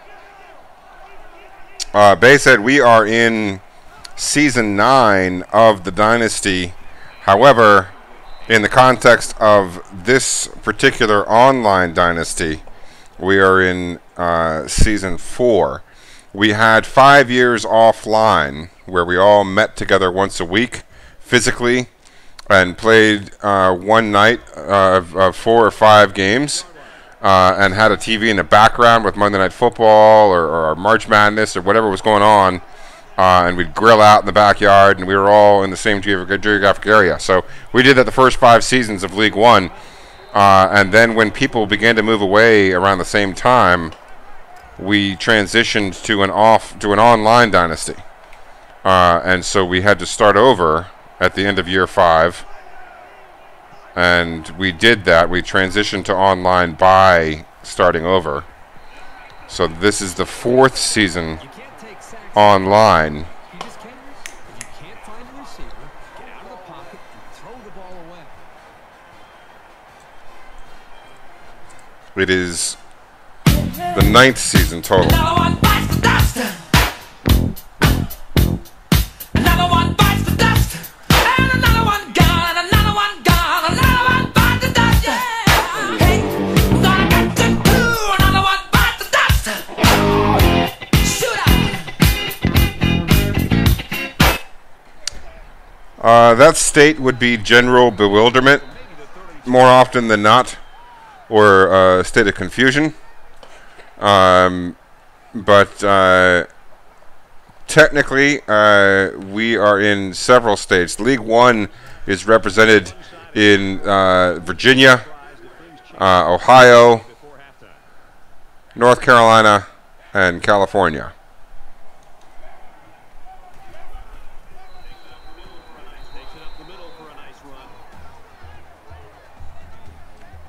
Tonight we are coming to you live from just outside the 51st state. From their own 37-yard line. It's second down.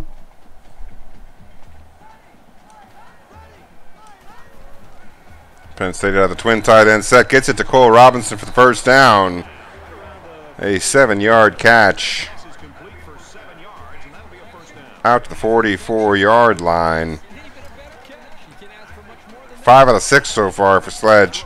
52 yards. Defense on that one.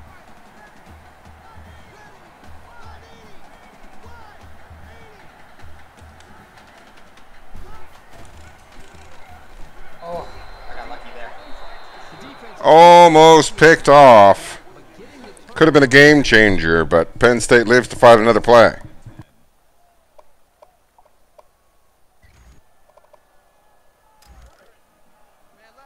So it's 2nd and 10. Ball on the 44. Goes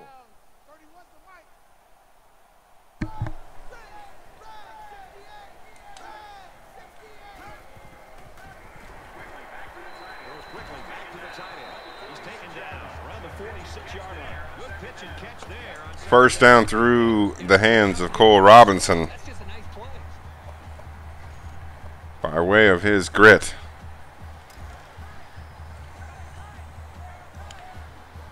I'll say this, Basehead, it's never too late. However, I would say that given that we all know each other in real life, the best avenue of getting into League 1 would be becoming a regular on the stream. We could get a few exhibition games.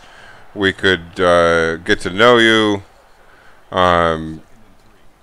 We have a rather stringent acceptance process into the league, only from the standpoint of wanting the league to be a vehicle for friendship more than anything else.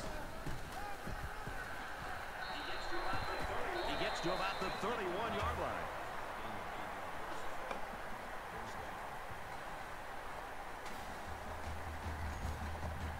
We have to date not accepted any new members strictly from offline. They've all been people who at least one, if not two members of the league have known in real life. And that's, more than anything, that's reflective of the social aspect to it. You know, we all get together.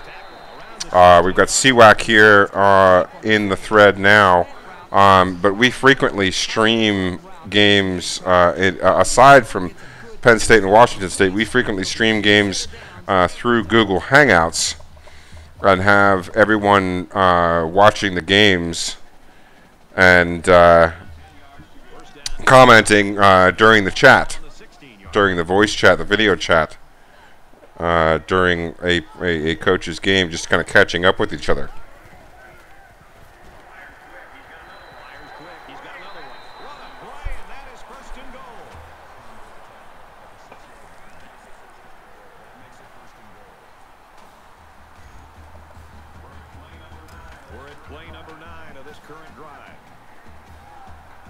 Follow mention that we play a lot of them on Sunday.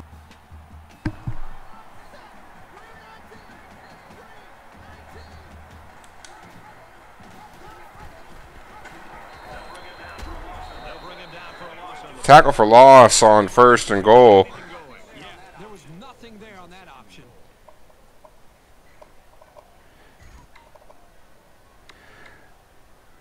And basehead, as far as being mature, that's always a welcome addition. I too am a bicentennial baby.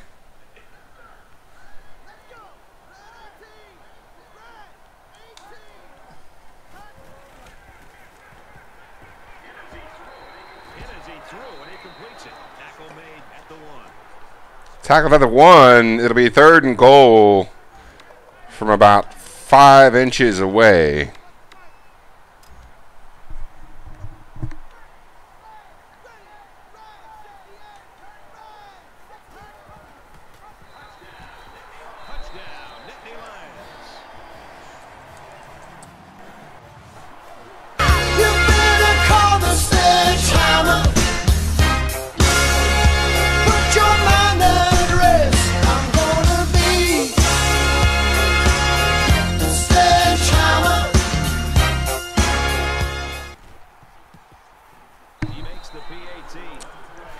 Touchdown for the Nittany Lions.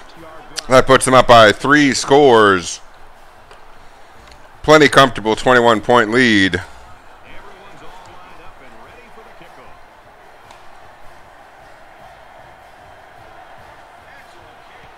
Excellent kick. And it goes into the end zone, down for a touchback.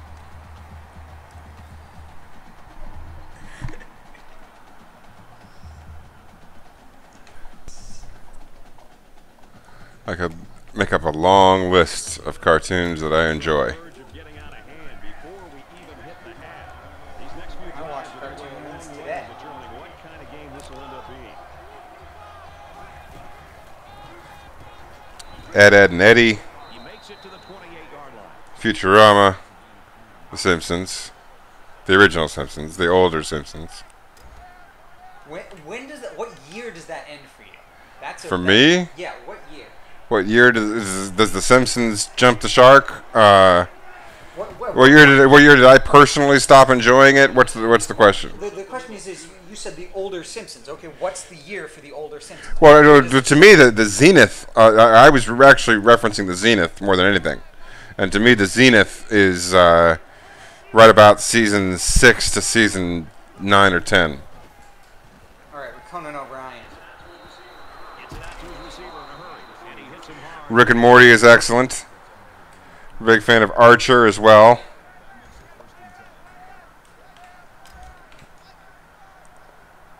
Aqua Teen Hunger Force. Super Jail. Samurai Jack. Gets out of bounds. The offense was pretty successful on that play there. That was a very good passing play to get the ball downfield for a very nice gain and a first down. Long ago. First and 10. Ball on the 33. Meatwad is excellent. Ooh, a drooping pass is caught. And he snags that one. And they make the stop around the 21-yard line. Come on.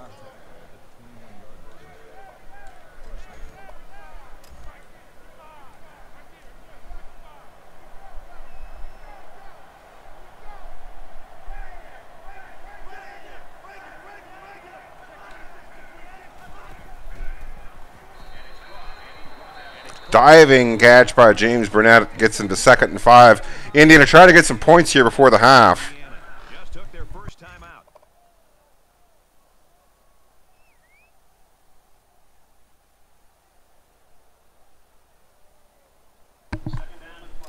Second down and 5. Ball on the 16. I gotta tell you, this apple cider tastes good, having won the Apple Cup. Nice run up the middle. The Hoosiers call a timeout. That's their second of the half. Picked it up just for the occasion. This is the 8th play of this drive.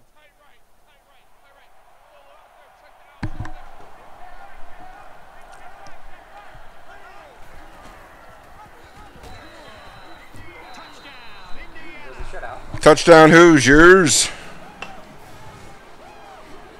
1:13 before the half. Penn State will look to respond quickly and get some points on the board before going into the locker room. And he adds the extra point. It was an 8-play, 75-yard drive. And they get it in for 7. Brad, I thought that was a textbook drive. I thought they did a really good job showing balance, mixing the play calling with the run and the pass. Just an overall well-executed touchdown drive. So our score, 21-7. Harrison from the 2. Heading for the corner. Inside the 30. And he's finally brought down. Just by a shoestring at the 12-yard line. Penn State with, needless to say, their best field position of the day.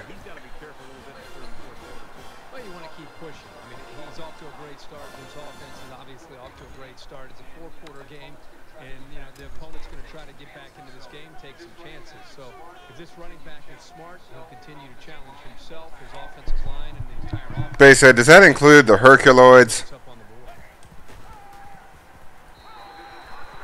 Touchdown, Cole Robinson.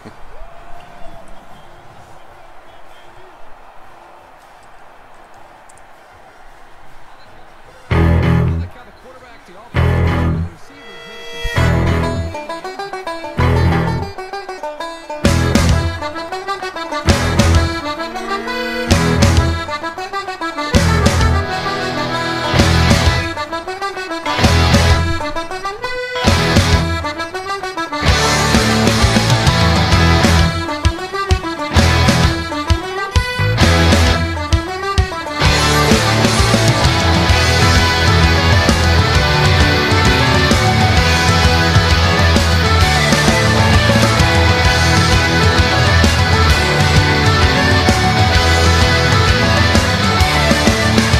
end zone for a touchback. I think any good football team has to have an ability to answer, and that's exactly what we just saw. One team Penn State with their 4th touchdown of the first half. 28 points. That's a higher number than they've scored in several football games this season. They are up and running, off and rolling, above and beyond what Indiana is capable of. Here they go on the draw and the 2 yards. Penn State's going to take their first time out of the half. That makes it 2nd and 10.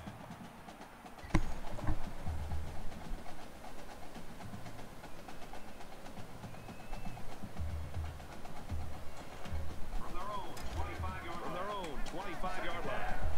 2nd down.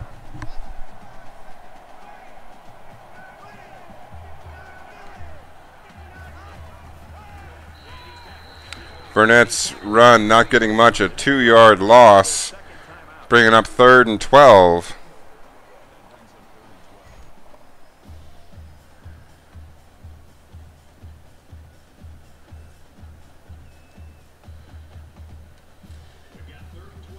We've got 3rd and 12. Ball on the 23-yard line. Well, Basehead, I think your first watching of that Herculoid series deserves some commentary.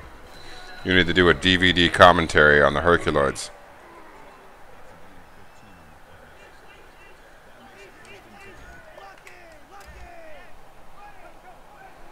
As we wind down the first half here.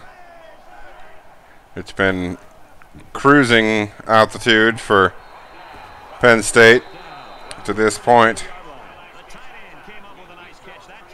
They're up 21 points. They'll be getting the second half kickoff. They are where any coach would like to be.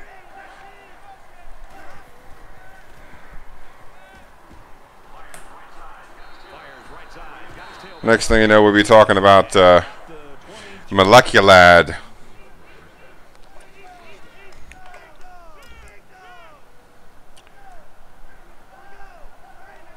Wonder Twins. Little Hanna-Barbera action. Almost picked Dante White with the first deflection. He had a couple of picks last game, but misses that one with 23 seconds left in the half at the 23-yard line.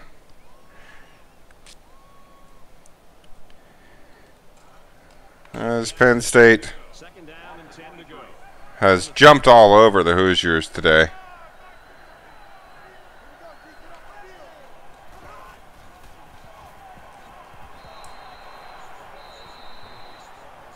Just a bit outside.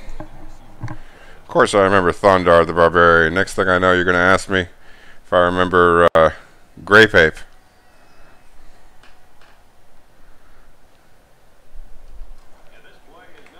And this play is number 8 on the drive.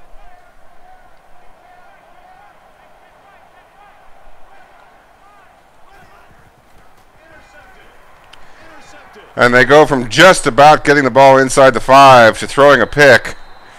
That shows you the difference. What a big difference 2 plays can make. They would have had the ball inside the 5, first and goal, with the timeout, hoping to get within 2 scores.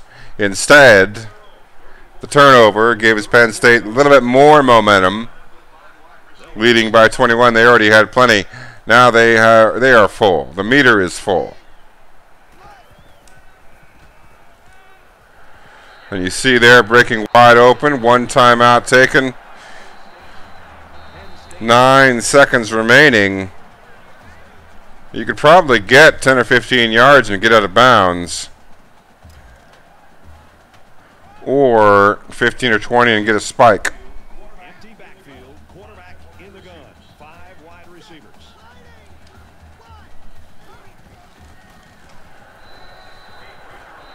Great pressure on the quarterback forced that incompletion. 5 seconds would be enough for a 3-second play, like the PA Power O, the I formation play. If you throw it quickly enough, you can get it done in 3 seconds. If you throw it beyond the first down marker, you can spike the ball after he's tackled. And if you can't get him the ball beyond the first down marker, you can throw it away. Let's see if the quarterback heaves it up there and one of his guys can come down with it.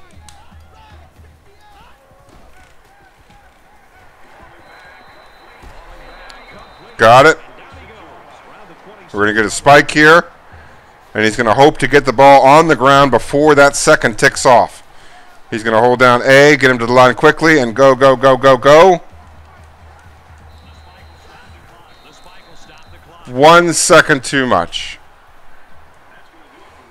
That's going to do it for the first half, and they're just trying to keep this thing close. But fortunately, that came in a game that was not a one-score game. That came in a game where Penn State has bursted out to a 21-point lead. Reese and David, thanks guys. Second half action just about ready. As we start the second half, Penn State looking to add a few more scoops of ice cream to this banana split. They are in complete control of this football game. Defensive turnovers, offensive first downs, the passing game. Get in now. Let's see what happens on the Penn State clicking on all cylinders.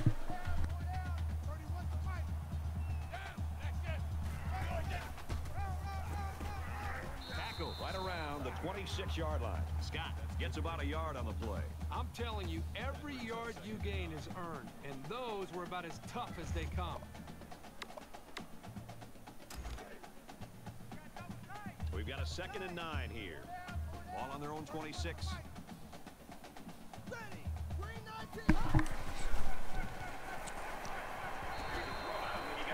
the throw. I don't think he got anything on that. Maybe 3rd and long here for the Penn State Nittany Lions. I know what's coming. The question is, does Indiana?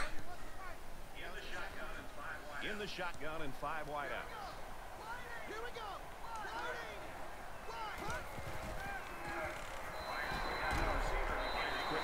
Incompletion. That's exactly how they drew it up on the sideline, and now they get the ball back. Penn State forced to punt here, 4th and 8 on their own 27. Unlikely to risk giving the ball to Indiana so close to their own end zone and risk tilting that momentum the wrong way when they're in control here. There's no need for them to take any risks or chances. And he shoved out of bounds at the 30.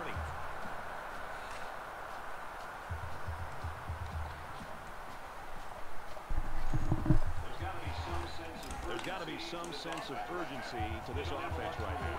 They don't have the luxury of wasting drives if they want to get back in the game.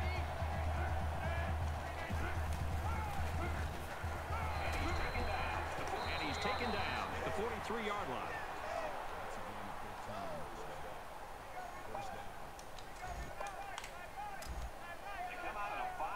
They come out in a 5-wide set.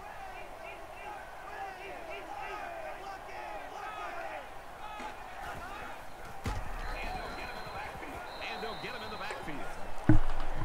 And the Animaniacs of Penn State's defense taking down the runner for a gain of 0.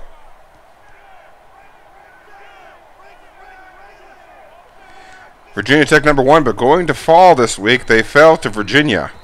We've already gotten that score in. Virginia Tech #1, but losing to Virginia. We were #1 last week. Washington State was. We beat Oregon State 77-28. A 4-6 Oregon State team. We beat them 77-28. Meanwhile, #2 Virginia Tech beat a 2-8.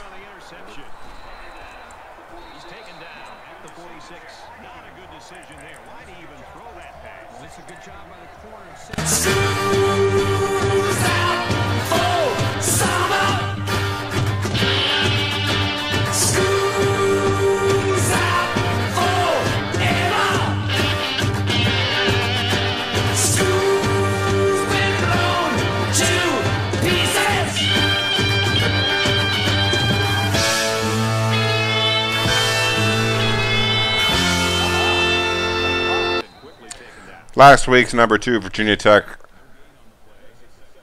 losing. Sorry, last week they were #2. They beat Houston, who was 2-8. So they beat a 2-8 Houston team 24-3. And apparently that was more impressive than #1 Washington State beating a 4-6 Oregon State team 77-28.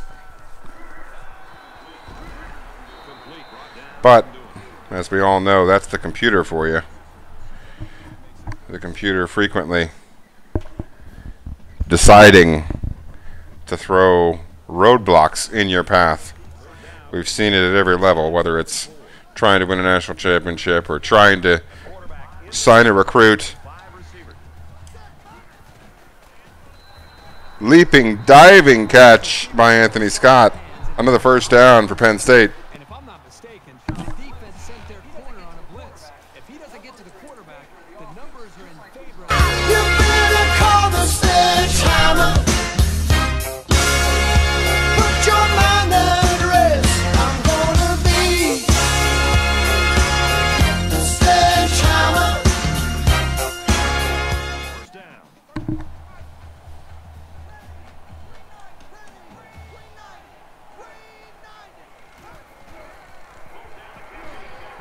The Z spot goes to Scott. It's a great tackle at the 26. Close to 9 yards. That'll set up Penn State with the ideal 2nd and 1.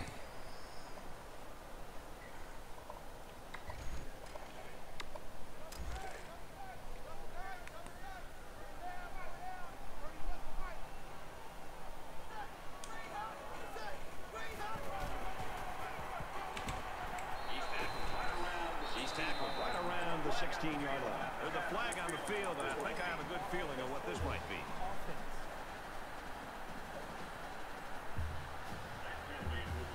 That penalty will move them back a bit. Yeah, with so many young guys out there, it's bound to happen occasionally.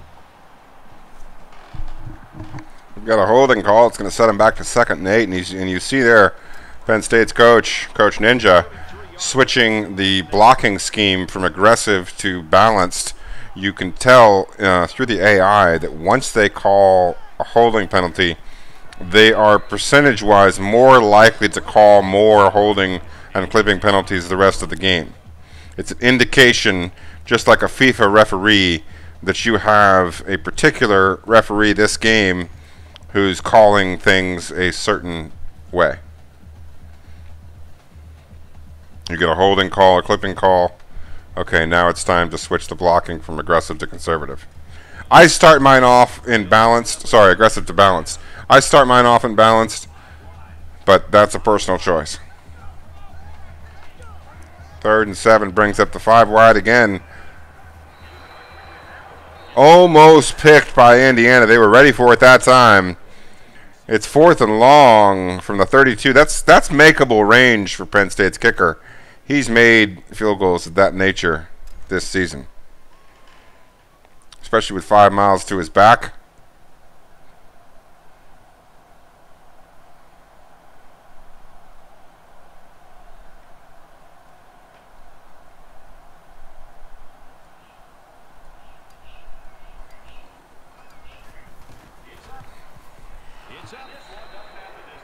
Just missed it short.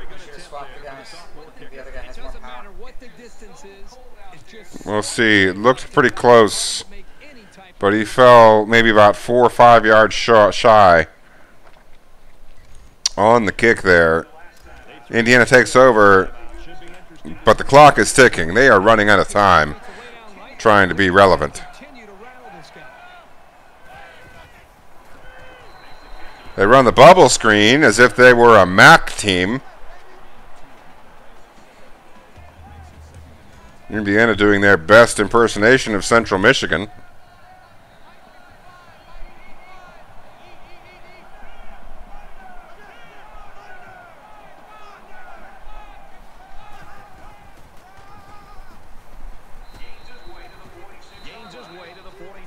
Burnett getting the first down out to near midfield. 1:53 remaining in the 3rd period.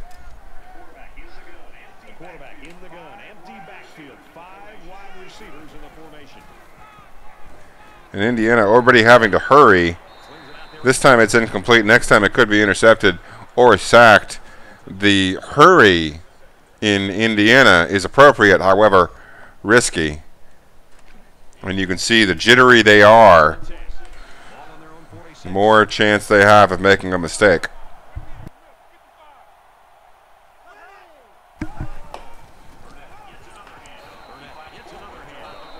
A surprise run gets nowhere. Not a surprise. They run way more often than they should. As Indiana content to let the clock continue to run in their comeback attempt.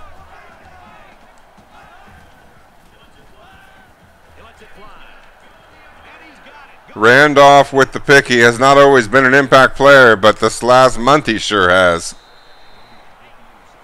The 4th turnover of the day for the Hoosiers. Cameron Randolph, this time making the pick. He's got 1 earlier in the game. This gives him 2.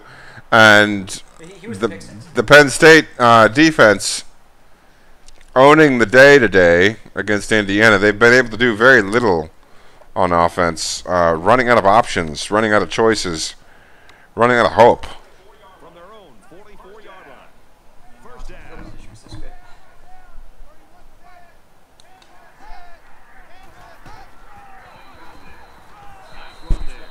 Scott picks up about 4 yards on the play. That makes it 2nd and 6.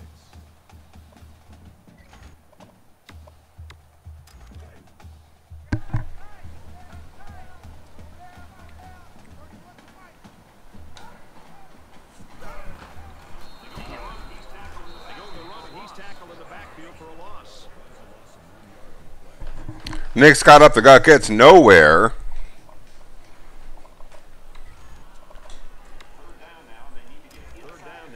As we approach the end of a scoreless third quarter.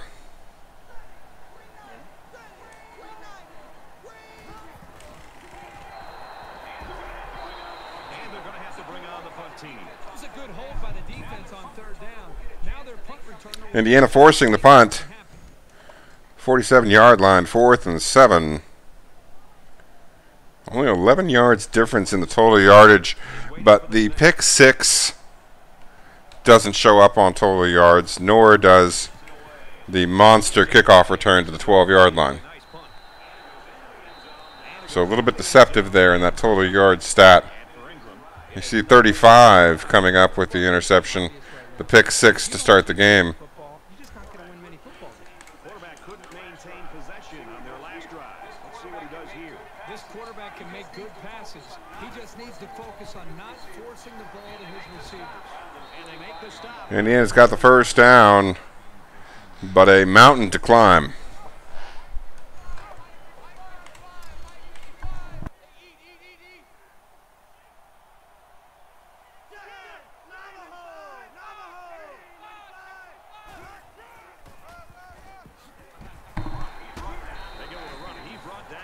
Swarming Penn State defense swallows up Burnett in the backfield. He's had 67 yards rushing today, but they've been tough yards on 17 carries.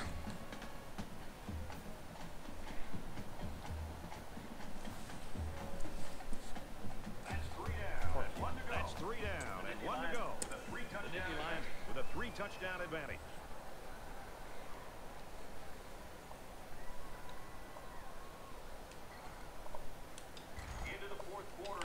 Into the fourth quarter now, and we're back to the action.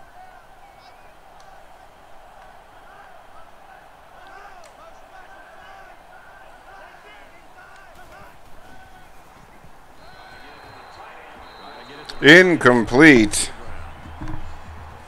Indiana now facing 3rd and long on the second play of the final period. You got to figure at this point in the ball game, given the score, given the situation, this is probably 3-down territory for Indiana, except for the fact that they're on their own 31.5-yard line.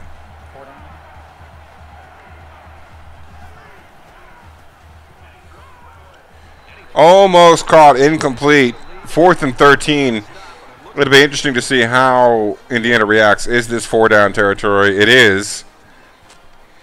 We talked about it a play ago.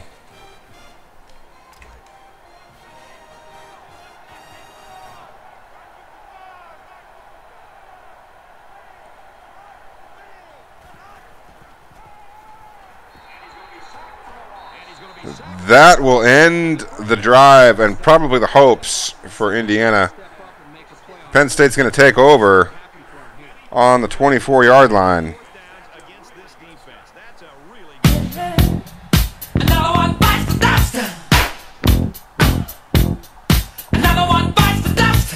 And another one gone. And another one gone. Another one bites the dust. Hey, gonna get to do. Another one bites the dust. Shoot up.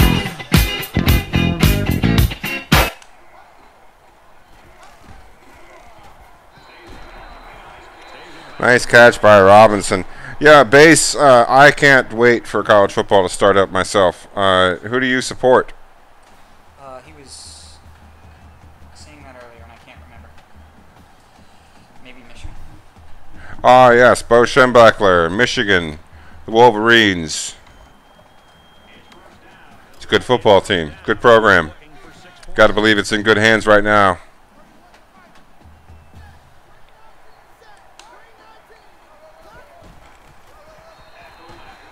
Up the gut. Scott gets 4 down to the 3-yard line. 2nd and goal. Scott 14 for 46. 3.3 yards a carry today. A little bit low on his end. A little bit below his season average. It's been tough sledding for both running backs on either sides of the ball.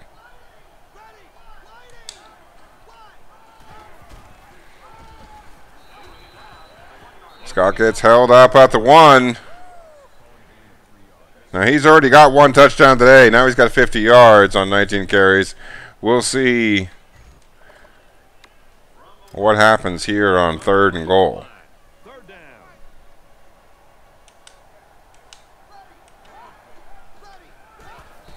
Touchdown!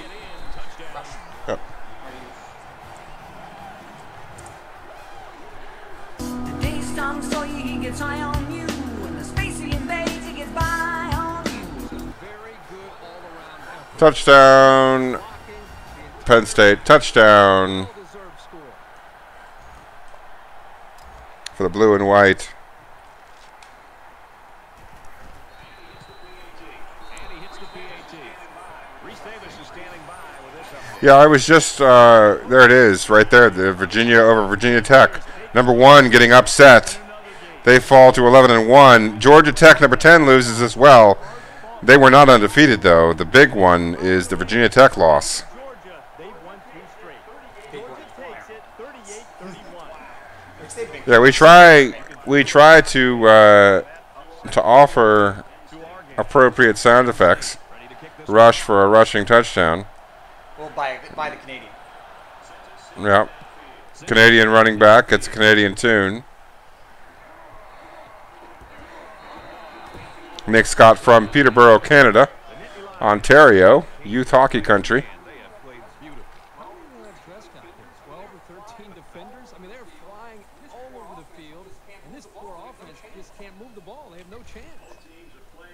Both teams are playing out the stretch here. You want Yeah, I was just reading, by the way, Base, about the Cherry Bowl.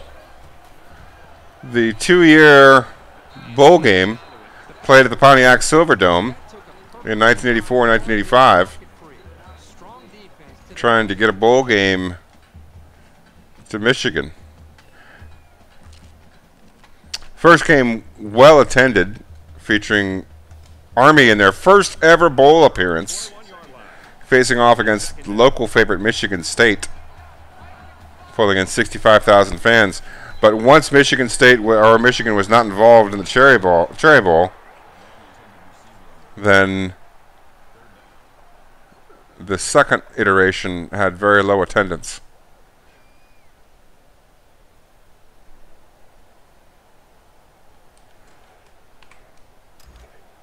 They also did not adapt very well to the introduction of cable television in the early 80s.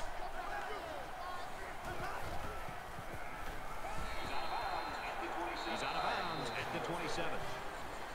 4th and 3, Indiana's going to have to go for it. They don't have any choice, but they're going to punt. They've given up. They have. I think they're faking it. That's why I call it safe zone. They have Wilson to punt. thrown in the towel. Or not. Yeah, they have. Field position matters, clearly. If they're inside their own 30, if they're inside their own 40, then they are going to punt, regardless of the scoreline, of their desperation.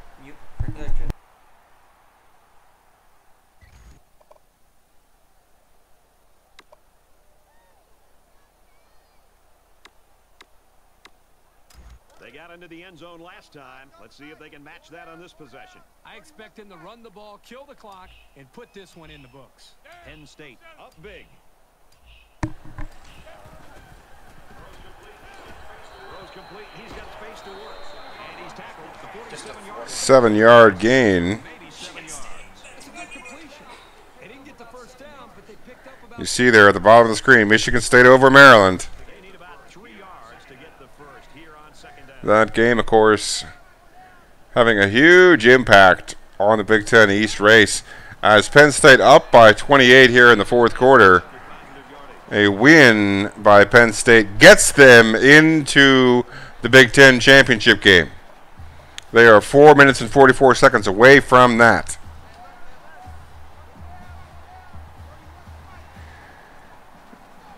Yes, poor Silverdome, a victim of circumstance. At the 33. That grab ties him for the school record for catches in a season. It's been an incredible Once they built Ford Field. to know he's got a target. you knew that the Silverdome was toast. Oh. And he's taken down around the 34-yard line.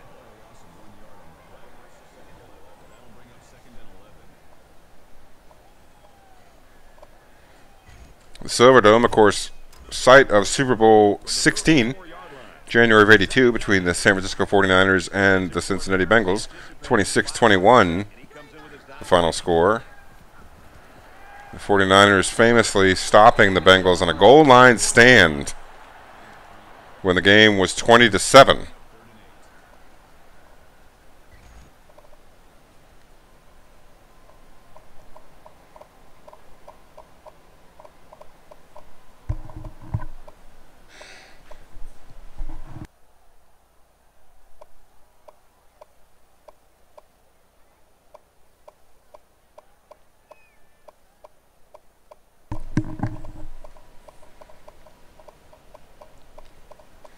Coach giving his offensive line plenty of rest.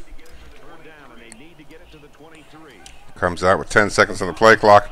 We're down to 5 now.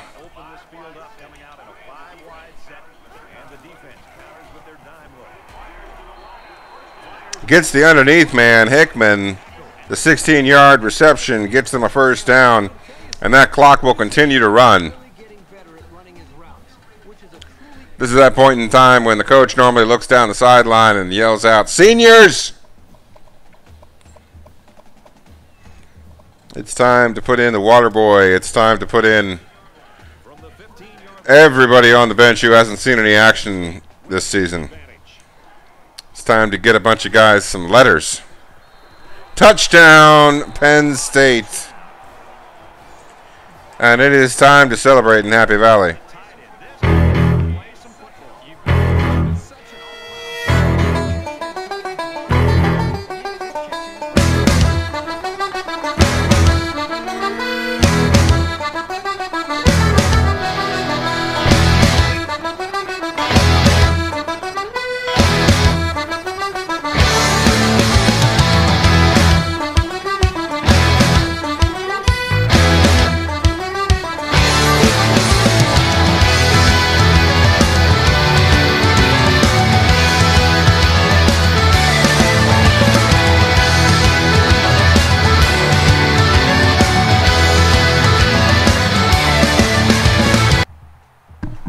And you saw the score that was flashed on the screen during that interlude where Michigan State beat Maryland 38-28.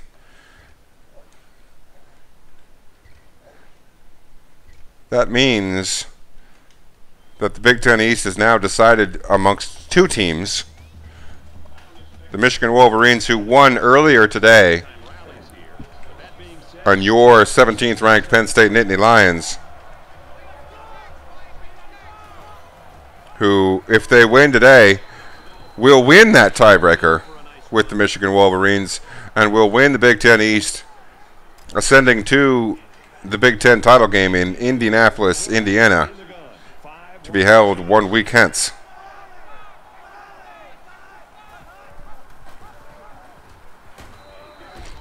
Indiana just didn't have enough today. They couldn't hang with the Lions. And Penn State's defense coming up with a couple of big turnovers, as well as some other not inconsequential turnovers. I think they had 4 on the day, winning the turnover battle 4-0. That's really the story of the game. A computer team playing these Nittany Lions with this coach is going to have to come in and stuff the run and play good offense. Indiana only being able to fulfill half that recipe today. They did a good job against Penn State's run, but offensively they were horrible, giving Penn State fantastic field position again and again. The pick 6 at the beginning of the game, really a forebear to the events that would transpire.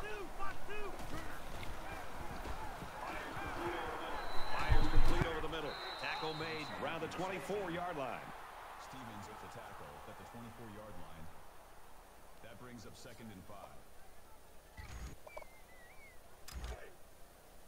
the 24-yard line. It's second down. There's a little bit of happy feet down there. Penn State's going to move to 7-1 in Big Ten play this year. That penalty will move them back a bit. Yeah, with so many young guys out there, it's bound to happen. And to 10-2 on the regular season. Their only losses to Maryland and North Texas.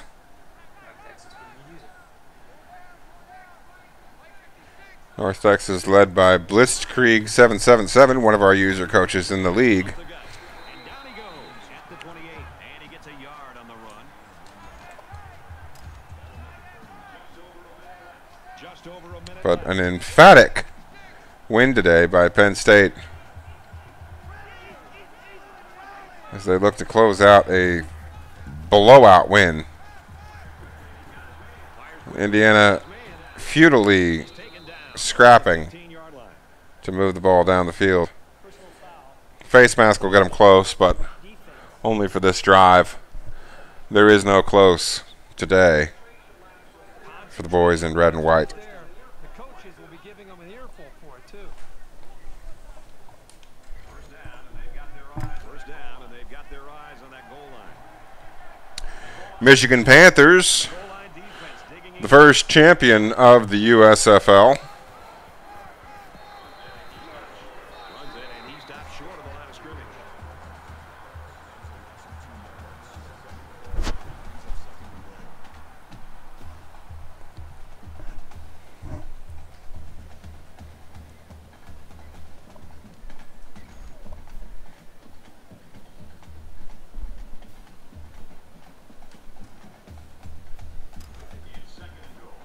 It's second and goal. Ball on the 9. Defense stacked in tight here.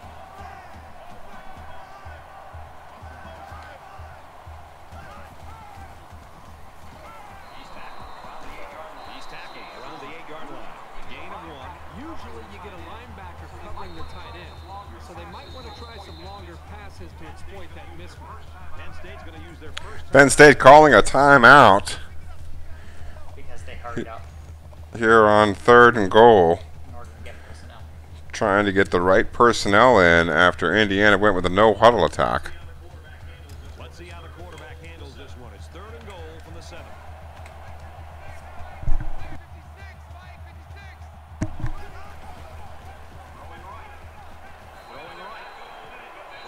I didn't really care. That's why I put in second. The touchdown for Indiana, meaningless. It's going to be a blowout no matter what. 34 seconds remaining as they kick the extra point that will pull them to within 28. Splits the uprights with the extra point. 10 more field goals and they can win this football game.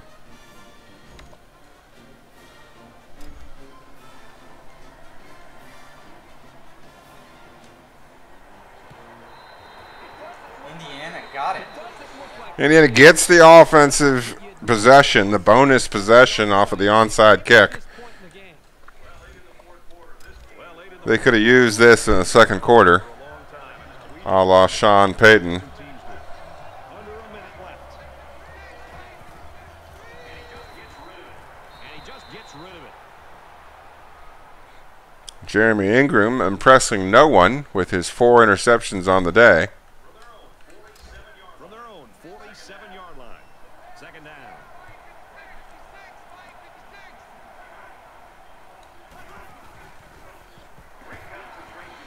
Almost sacked. Instead, Thompson gets the first down. Indiana will take Yeah, Bobby Hebert. first of the half. Bobby Hebert of the New Orleans Saints as well as the Michigan Panthers. I want to say it was Bobby Hebert and was it Billy Joe Tolliver that were almost dual quarterbacks for the Saints in the 80s? They go back and forth for a minute. Nice run there. Burnett picks up about 4 yards on the play. Indiana's going to have to use their second time. 22 seconds left, and Indiana serving no purpose here in calling the timeout. From the 37-yard line. Second down. They'll line up with 5 wide receivers.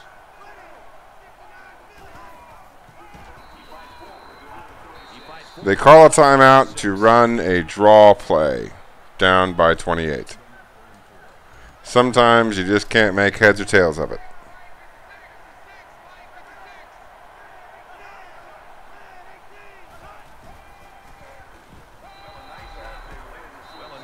Incomplete. That sets up 4th and 4. And the Hoosiers, who haven't given up, hope to score 29 points on this next play.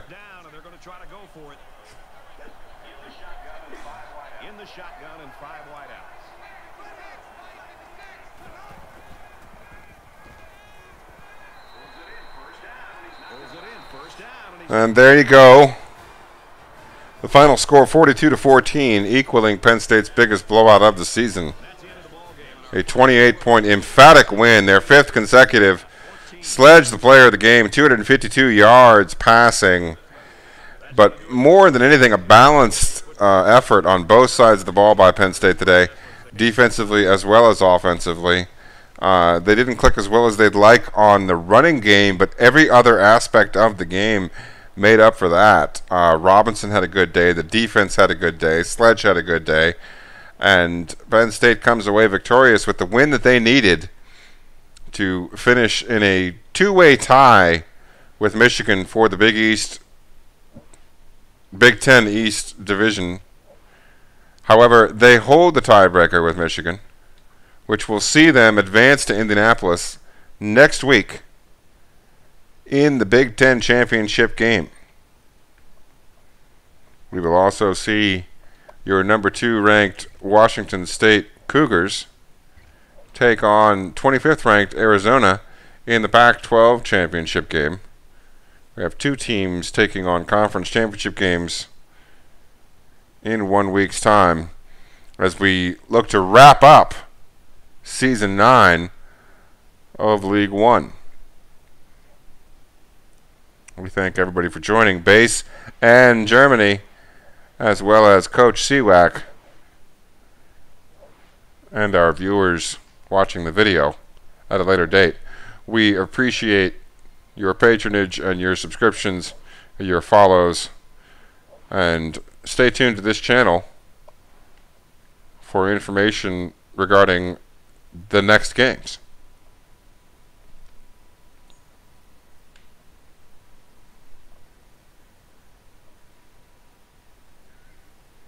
Good night, Base.